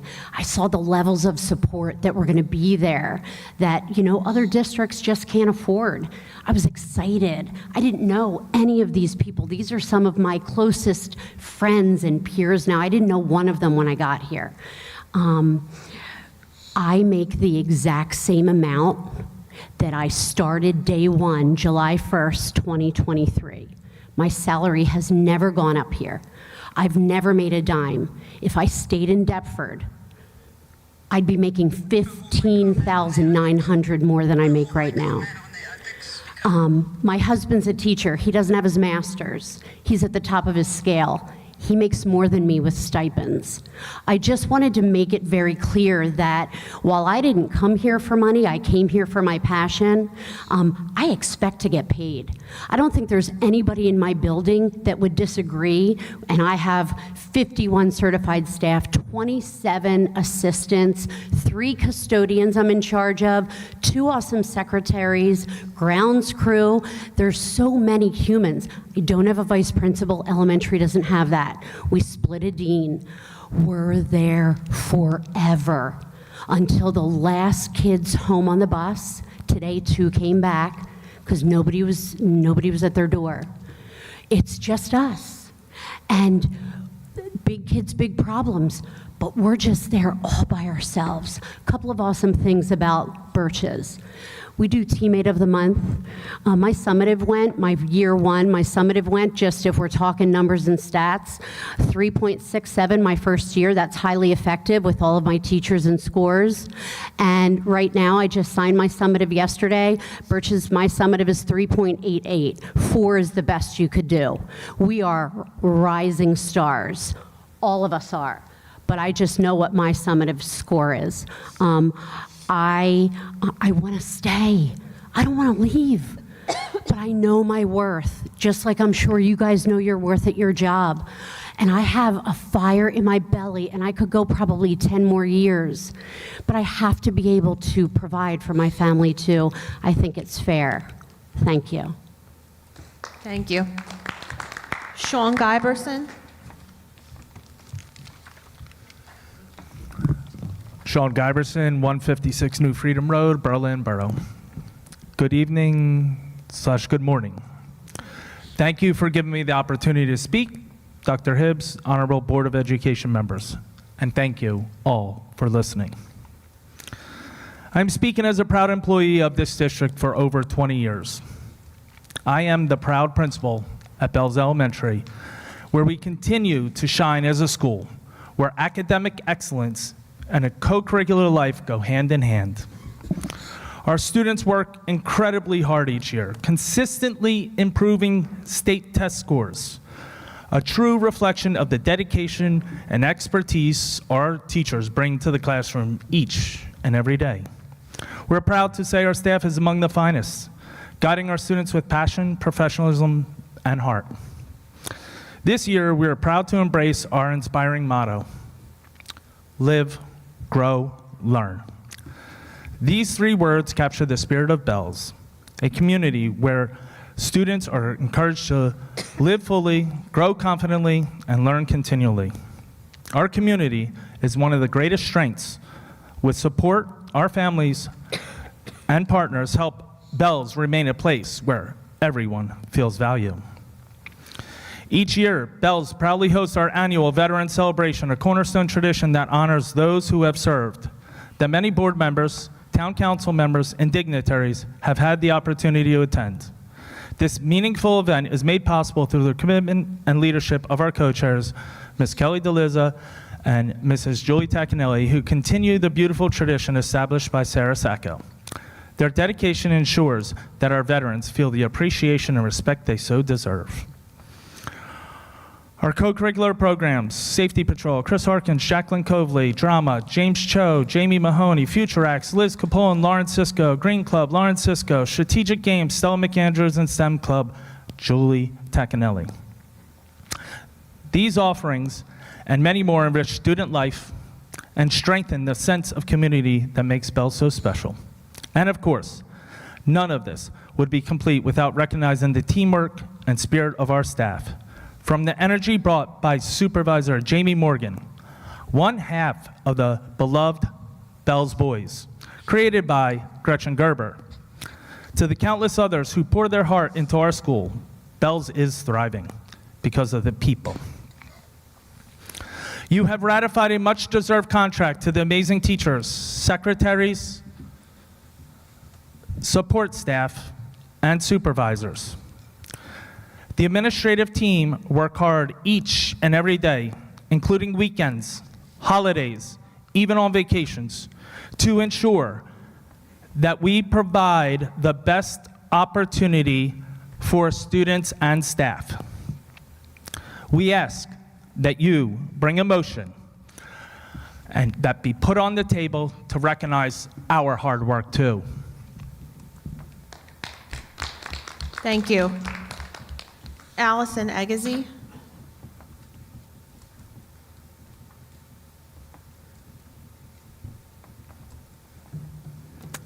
Hello, I'm Allison, and I'm really bad at public speaking, and I'm a principal. So here I am. I'm speaking to you as a lifelong resident, a taxpayer, and administrator tonight. My family is a product of this community and great school system. My dad is class of 73, and he is a community business owner.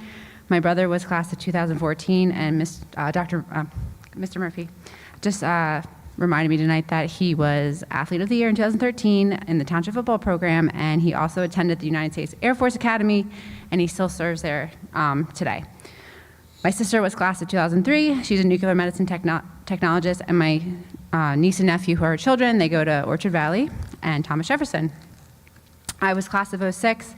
And my class was here tonight. I had 2 other teachers speak that were 06, so I just want to represent that class. And I'm proud to see my classmates speak with passion and purpose. I'm proud of the staff that have taught me and still do so today. So all of our people here are such an important role to our community and our schools. Just to give you some background, we kind of all have the similar story here that why we were all teachers for a long time. I was inspired by those who instilled the values of determination, accountability, and fairness to me. I taught a mix of 4th and 5th grade inclusion class and ELs for 12 years. I was eager to change lives, so I took on leadership roles eagerly as a teacher, as I believed I could help improve the processes and support my teammates. I pursued administration because I believe I could continue to impact students and staff and families.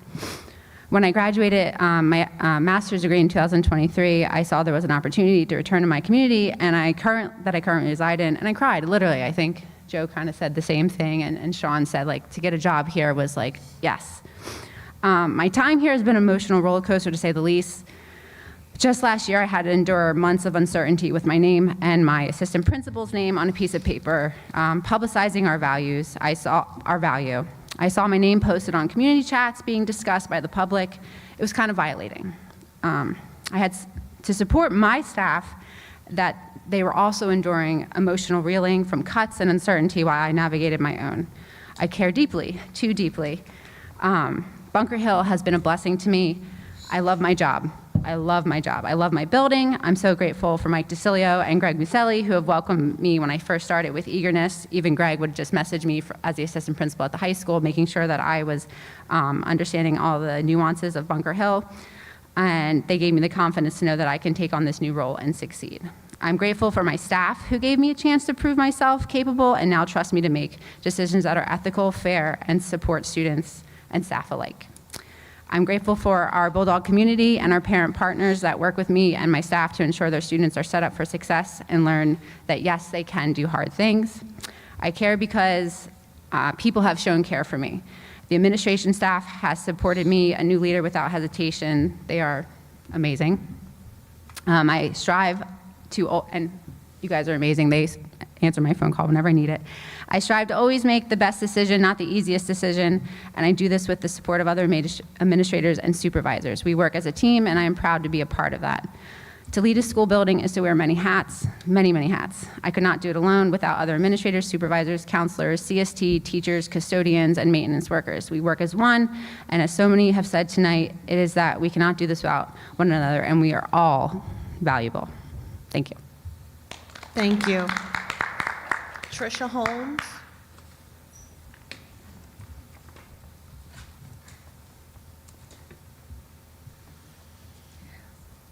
Good evening, and thank you. I've been here since 1997 as a proud special education teacher at the high school, special education supervisor, and now principal. My children go to school at the high school, my husband's a teacher, and we live in town, so basically, I'm all in. I wanted to become a leader in this district specifically because of the amazing leaders that supported me and gave me the confidence to pursue my goals, many of whom are in this room right now, including Gretchen Gerber and Annette Miller. When I didn't think I could do it, they pushed me forward. Every role I've had in this district has made me proud. But TJ has made me especially proud, and it's really become my heart. We may not get as many visitors as other schools, but I can tell you that we are a team. We jump in and do what we need to do for our kids. When there's a child or staff member who needs support, I know that in a minute, any member of the team will be there. Just to highlight some of our recent events and some of our upcoming events, we hold a Winter Wonderland for the students in the beginning of December every year. It's a free event, so all of our families have the opportunity to enjoy the holiday season together. We've worked hard to get donations for things like hot chocolate and pizza and cookie decorating, kids made hats. And for some of our students, this is a great opportunity to really engage with the community in a whole different level. And again, it's free for all families to come out, and it's magical because of all the work that our team puts into it. We developed a math and literacy evening last year, and we're doing it again in January to support and encourage our family school connections. More events are coming up. We'll be having singing, special breakfasts with special visitors in the next couple of weeks. Our clubs encourage involvement and participation, where the students learn community service, which we all know is a lifelong skill. Our PBS TJ Token program and our Pride program support and celebrate our learners. I couldn't be more proud of our family, our supportive PTO that makes magic happen every day, our dedicated secretaries who've done an infinite job with significantly less, our supervisors who are stretched to the limits, our teachers and support staff that always go beyond, and that's what makes TJ so special. Whether it's the morning music that you hear because our cafeteria and recess, because of our breakfast team that comes out for food service, they've been playing different music for the students to get their day started on a good foot. Our cafeteria and recess assistants decorate the cafeteria to make it a little more joyful.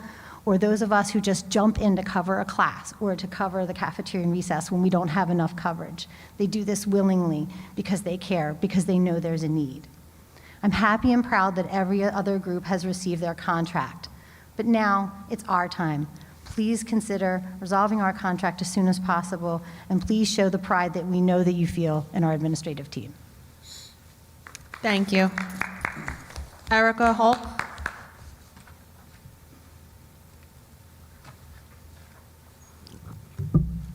Little short. Good evening, all. I'm Erica Hulk, proud principal of Herfield Elementary. I appreciate the opportunity to speak tonight. My goal here is to provide a clear, evidence-based picture of the positive momentum currently driving Herfield Elementary School. When I began last July, I signed on without a contract with trust and thinking that it was on its way. During my first faculty meeting with my staff, I asked my staff for their top goals to guide our growth over the next few years. Like Trish said, going for the long term here. I thought I'd use my time to share our progress on these goals. So the first one, of course, because Herfield teachers are awesome, shout out.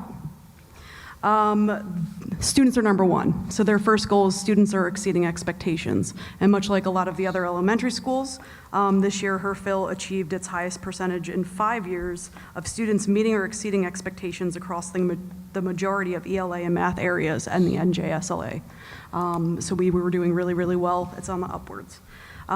With collaboration, our daily success is fueled by teachers and staff making collaborative, evidence-based decisions. We strategically plan together, think outside the box, and work together to provide our students with the best education possible. Their second goal, I think another principal said it, was a happy and healthy school culture. That one's really, really important to me. And whether we all think so or not, the principal is responsible for the tone of your building. I found that out very quickly in my first year at Herfield. I work my hardest every single day to cultivate a school culture defined by support, resilience, and positive energy. Even wore the blow-up turkey costume. Gotta keep it positive vibes. A career in education can be stressful, yet I've never witnessed a team come together with this level of support and genuine positivity. Again, love my staff. Despite the daily challenges, our staff members are consistently smiling, collaborating, and ensuring Herfield is a positive and fun experience for all students, families, and any visitors. This energy is felt by all who visit our building. I've often hear our parents coming in and wishing that they worked at Herfield Elementary, and I'm proud of that. I also, if you haven't, check out my TikTok Principal Hulk, my Facebook Principal Hulk. We made a really cool video today. All positive vibes, and you could just see the smiles on their faces. So that's the most important thing, I think, for me. Empowering our professional staff to grow and make decisions. It is my true belief that that effective schools are led by empowered teachers. I'm going to say that again. It is my true belief that effective schools are led by empowered teachers, and it takes a strong leader to do something like that.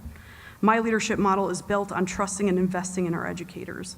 My staff is consistently encouraged to make instructional and operational decisions that impact day-to-day work and really big decisions as well, from optional focus meetings for major decisions to collaboratively designing the daily schedule. I prioritize my staff's voice. I saw a quote that read, "A sign of a good leader is not how many followers you have, but how many leaders you create." I empower my teachers to do things like lead our PBIS program, which we completely remodeled in a year, design assemblies and activity days. Shout out to Stacy McCauley, Meg Ostapowicz, Melissa McNally, all of the folks that do those things. We make sure that we do this every single day. And finally, our building is new and clean-ish. I have to put high on the ish. Some visible improvements, we've done a lot in the past year. The whole building got a nice power wash. Shout out to Scott from maintenance. We have officially 15 classrooms repainted. Shout out to Tom and Jeannie, our district painters. And we had a full repaint of the cafeteria featuring new mural that I painted myself, former art teacher. Our custodial team works hard every day. Shout out to Mr. Luke holding it all together, and our PTO did a full remodel of the faculty lounge, and it looks amazing. In short, Herfield Elementary has always been great, but it continues to get better. I come to work every morning happy, genuinely happy, to serve my staff, students, and community, despite not having a contract. I put my shorts on and pressure washed the building, which I did. I've completely remodeled the front of our building to make it more welcoming, did a nice little painting out front, and worked outside of my hours as a principal to make sure that we had a collaborative, community-driven code of conduct for all 6 elementary schools and continue that work with the deans. And much like Julie LaRubio, I'd like to continue being a part of the growth in this school and this district. I signed on to be a part of that growth. It is simple. We deserve a contract. Thank you. Thank you. Ginny Greer.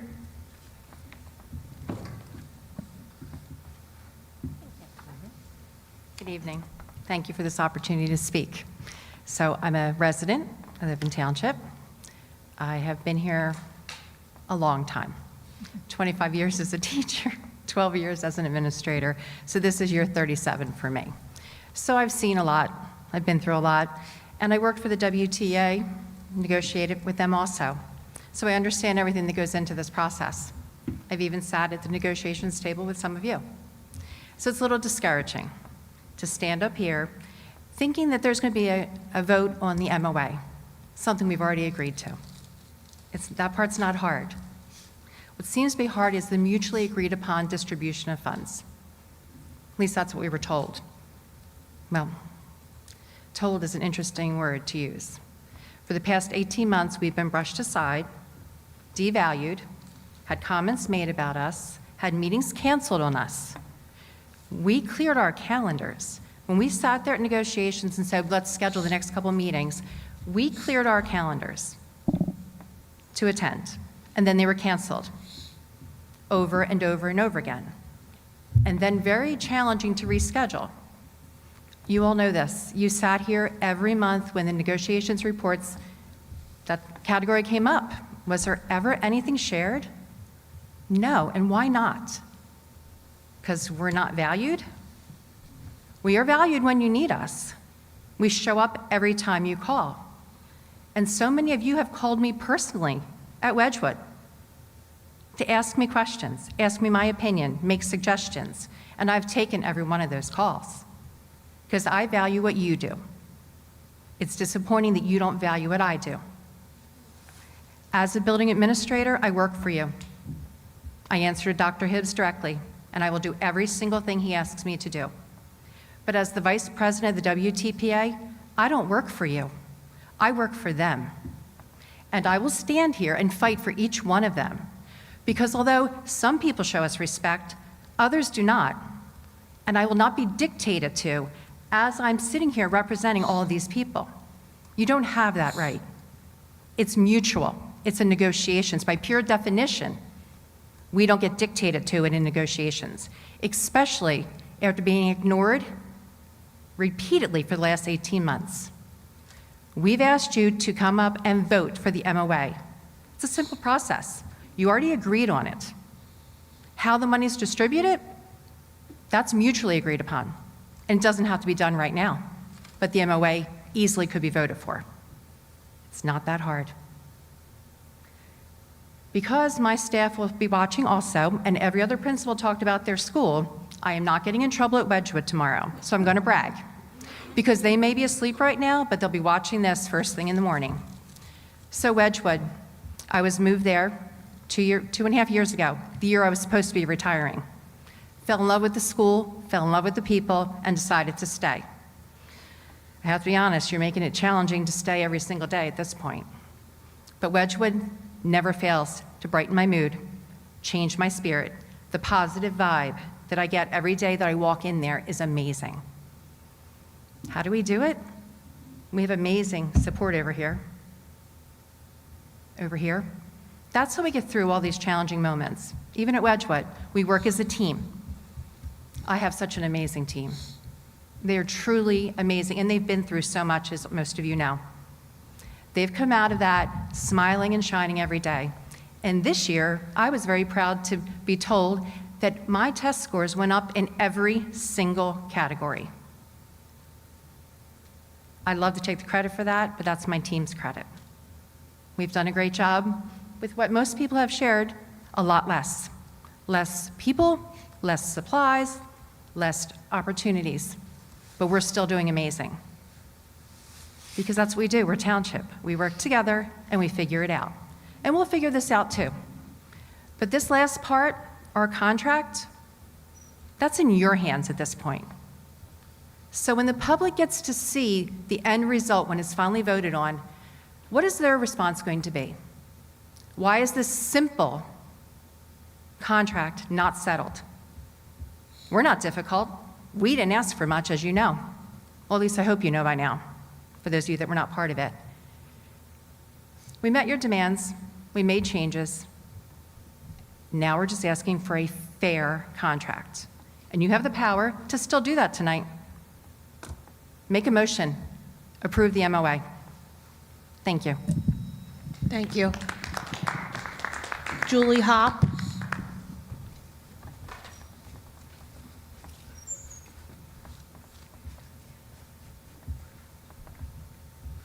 Hello, everyone.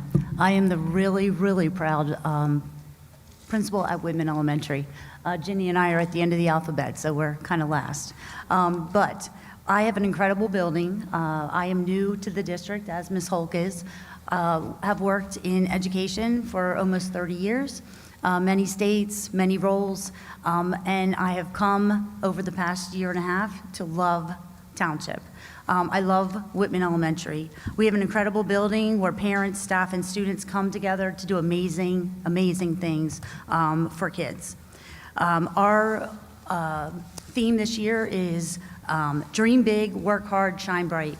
And our students, our staff, they are all doing that. We had an incredible Veterans Day, or not Veterans Day, it was a veterans program honoring veterans that 2 of our board members were able to come to. Totally driven by our staff. They coordinated it, they did the decorations, our Future X Club participated. We had our chorus. It was an amazing event that was indicative of our staff. Just recently, we had a Winterfest. We have our PTO, incredibly helpful. They are always thinking of the students, the staff, and all the details. So we had a Winterfest just last week. Our chorus sang in our courtyard, under the stars and that incredible moon that we had just a little while ago.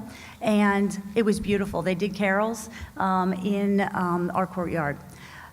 Students were able to participate in many different activities. It was an incredible event. We also at Whitman are really proud of not letting any students fall through the cracks. Today, we had our INRS meetings all day. We were talking about kids. We were talking about what we can do, drilling down to the granular level of how can we help these students.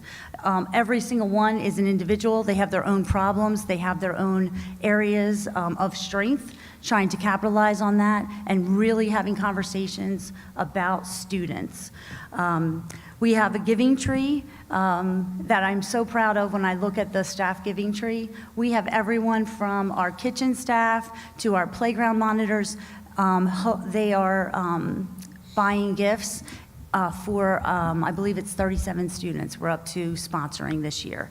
And that's an amazing thing. And that's just love overflowing at our school. And I'm really proud of that. Our students made an appreciation tree for all of our support staff because they are an incredible part of our system. They're the backbone of everything we do. We rely on them. Our students made little leaves and they wrote notes of appreciation, and there was a branch for every single one of our support staff. And they can go and they can read those personalized messages from students and staff. So those are just some of the things that I'm really proud of at Whitman. I'm proud to be part of this team. This administrative team is one of the best that I've ever worked with. It's challenging times for everyone, but they come together, we support each other, and I'm really proud to stand side by side with them. Thank you. Thank you. Teresa Petrowski.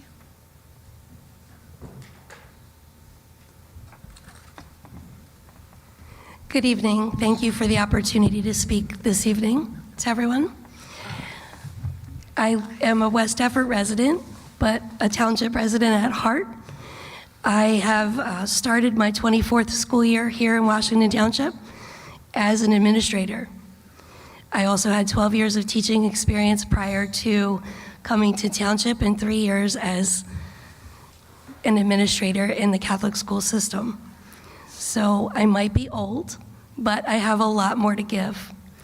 And I can honestly say that in all of the years that I have worked here in Township, I've always been proud of what we do every day as a unit, all together.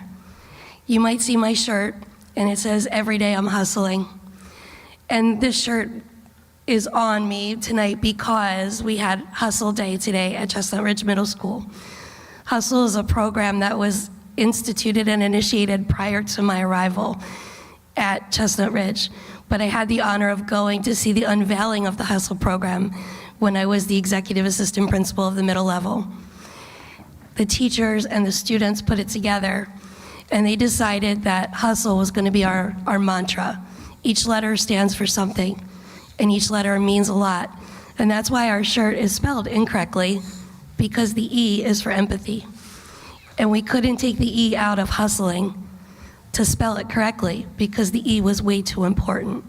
So we left the E in the shirt and put the dash, so that it meant something to our school, to our students, and our faculty. The other initiative that we have at Chestnut Ridge is Razorback Respect. And Razorback Respect is about giving everyone a voice, making sure that everybody's voice matters. Instead of hearing an opinion at a table, whether it's faculty or students, or combined faculty, students, and administration, no idea is shot down and told that it's dumb or stupid, because everyone matters.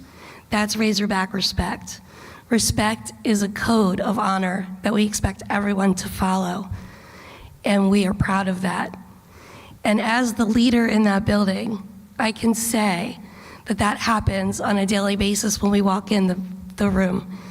I've walked into the building time after board meetings, and I've had staff members say to me, "How are you here? How are you still smiling?"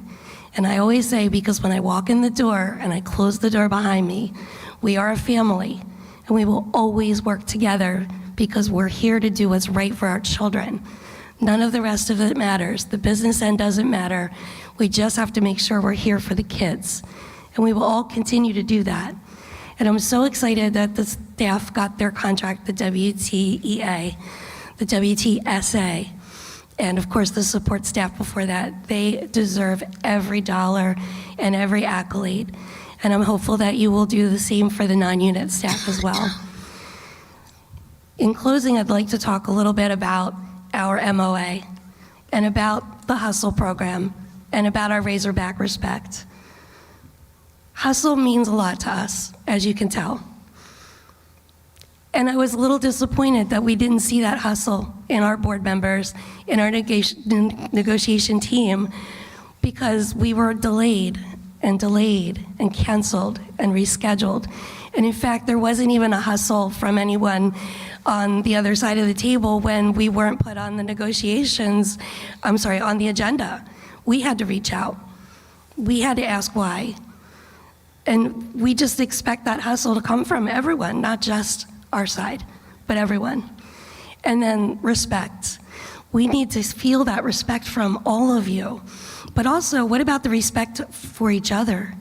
What about the part where we looked around tonight when we mentioned our MOA that was signed a while ago, and some members didn't have it, and some members hadn't even gotten a chance to speak about it? And I believe that that mutual respect needs to happen, not only from our side to your side, but also among one another up there at your table. And as we preach respect and hustle to our children at Chestnut Ridge Middle School, we would like to also ask that you hustle to get our MOA agreed upon and ratified, because as Ginny did say, and she is correct, the MOA is simply the agreement that 3 members of your team signed off on and agreed upon, and 3 members of our negotiations team agreed upon. The distributions of dollars can be mutually negotiated at a later time. Thank you. Thank you. Ray Anderson? Good evening, once again, everybody, and thank you again for the time. We're here pretty late tonight, and we're talking about very important things. One of the most important things to me is the honor of a lifetime that I have being principal, executive principal of Washington Township High School. Lifelong dream for me to do this. Started out my career teaching German and French, moving on to supervisor of world languages, spent 9 years as principal of Whitman Elementary School, which I got to visit last week, and work with second graders on celebrating Christmas in Germany. And it was like I had never left to go back and see the students and the staff again. It was very beautiful. Those are the moments that you live for, to be able to go back and spend those celebrations, and people still remember. I'm like, you still remember? Like, of course we remember you. And I remember their names too, and it was very special. I really want to give a huge shout out. We saw a lot of celebrations tonight. We celebrated a lot of great things, a lot of athletic events, and accomplishments that our students, coupled with their coaches and teachers and all of us, have played such a role in achieving such success, not just in athletics, but in so many other things like academics and being right here on the stage. Like, you're in the big house tonight. You're on the stage at Washington Township High School. And this is a great place to be, and it will always be a great place to be.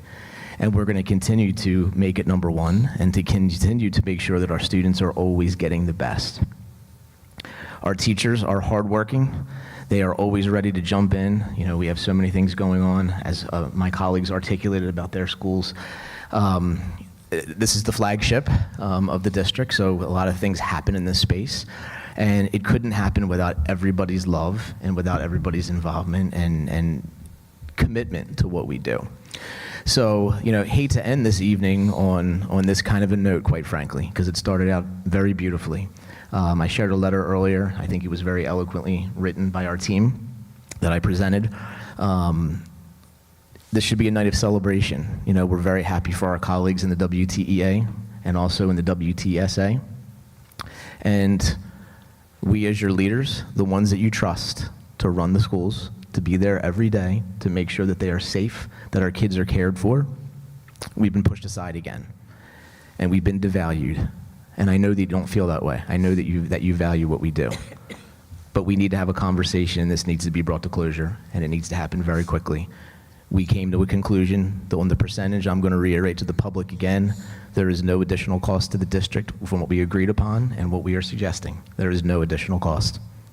We are looking to move forward and be treated as professionals to decide how we make the decisions for our team, and we are looking for you to support that. And there are many of you up there. There's more than 3 people that are on the board that can look at these things. I'm happy and available to answer any questions that you have. You may reach out to me directly at WTHS. I will be here at 6 a.m. tomorrow and probably very late again tomorrow night, because that's what we do, and that will not stop.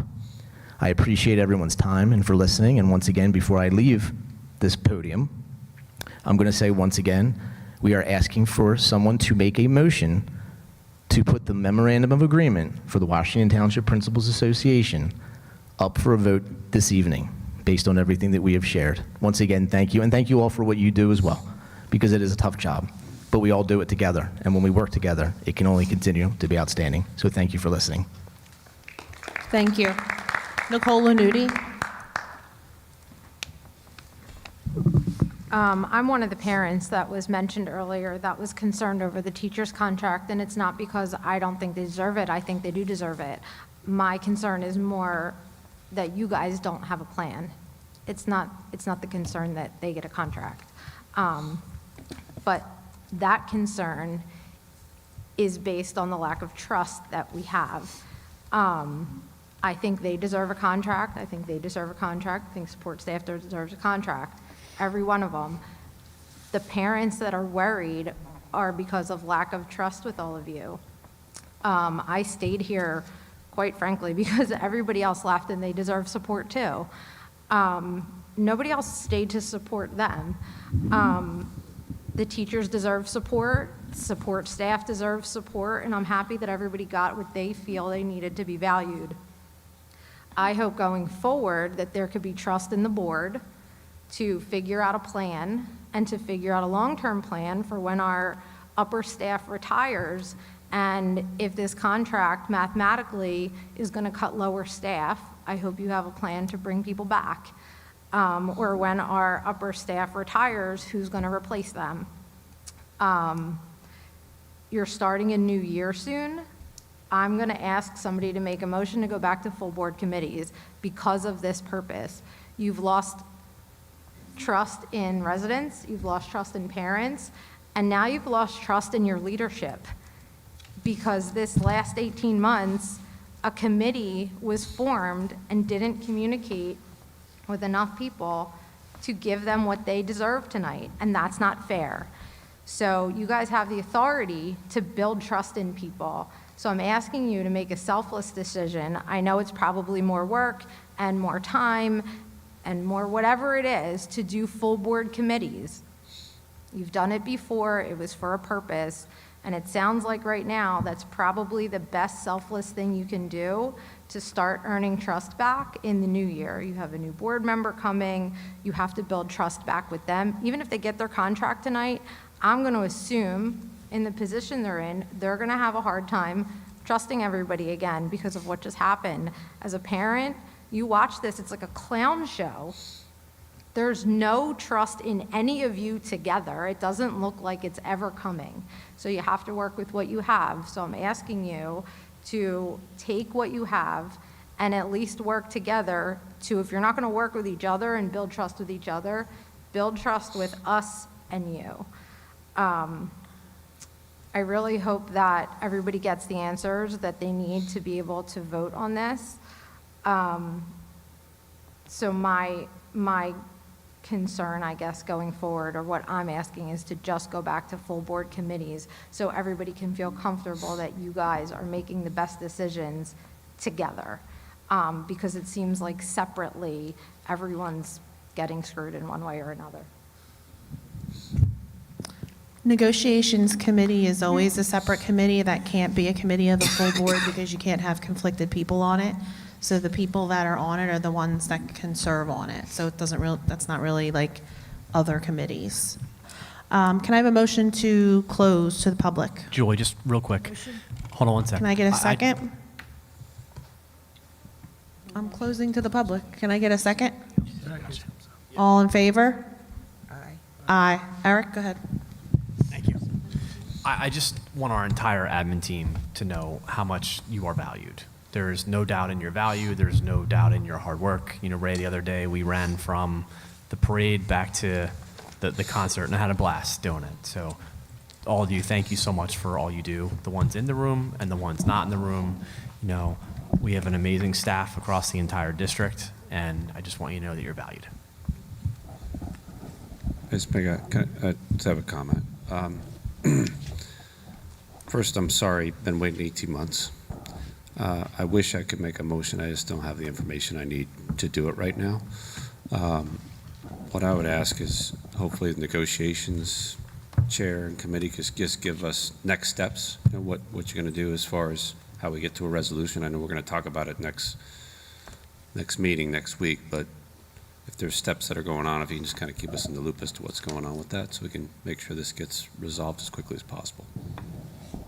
Just real quickly, I don't know if I'll be here to vote on the contract. I don't know how soon it'll come to vote, but I just want to say moving forward for the group, to echo a little bit of what Nicole said, you know, I just think we have to just do a better job of informing the board along the way.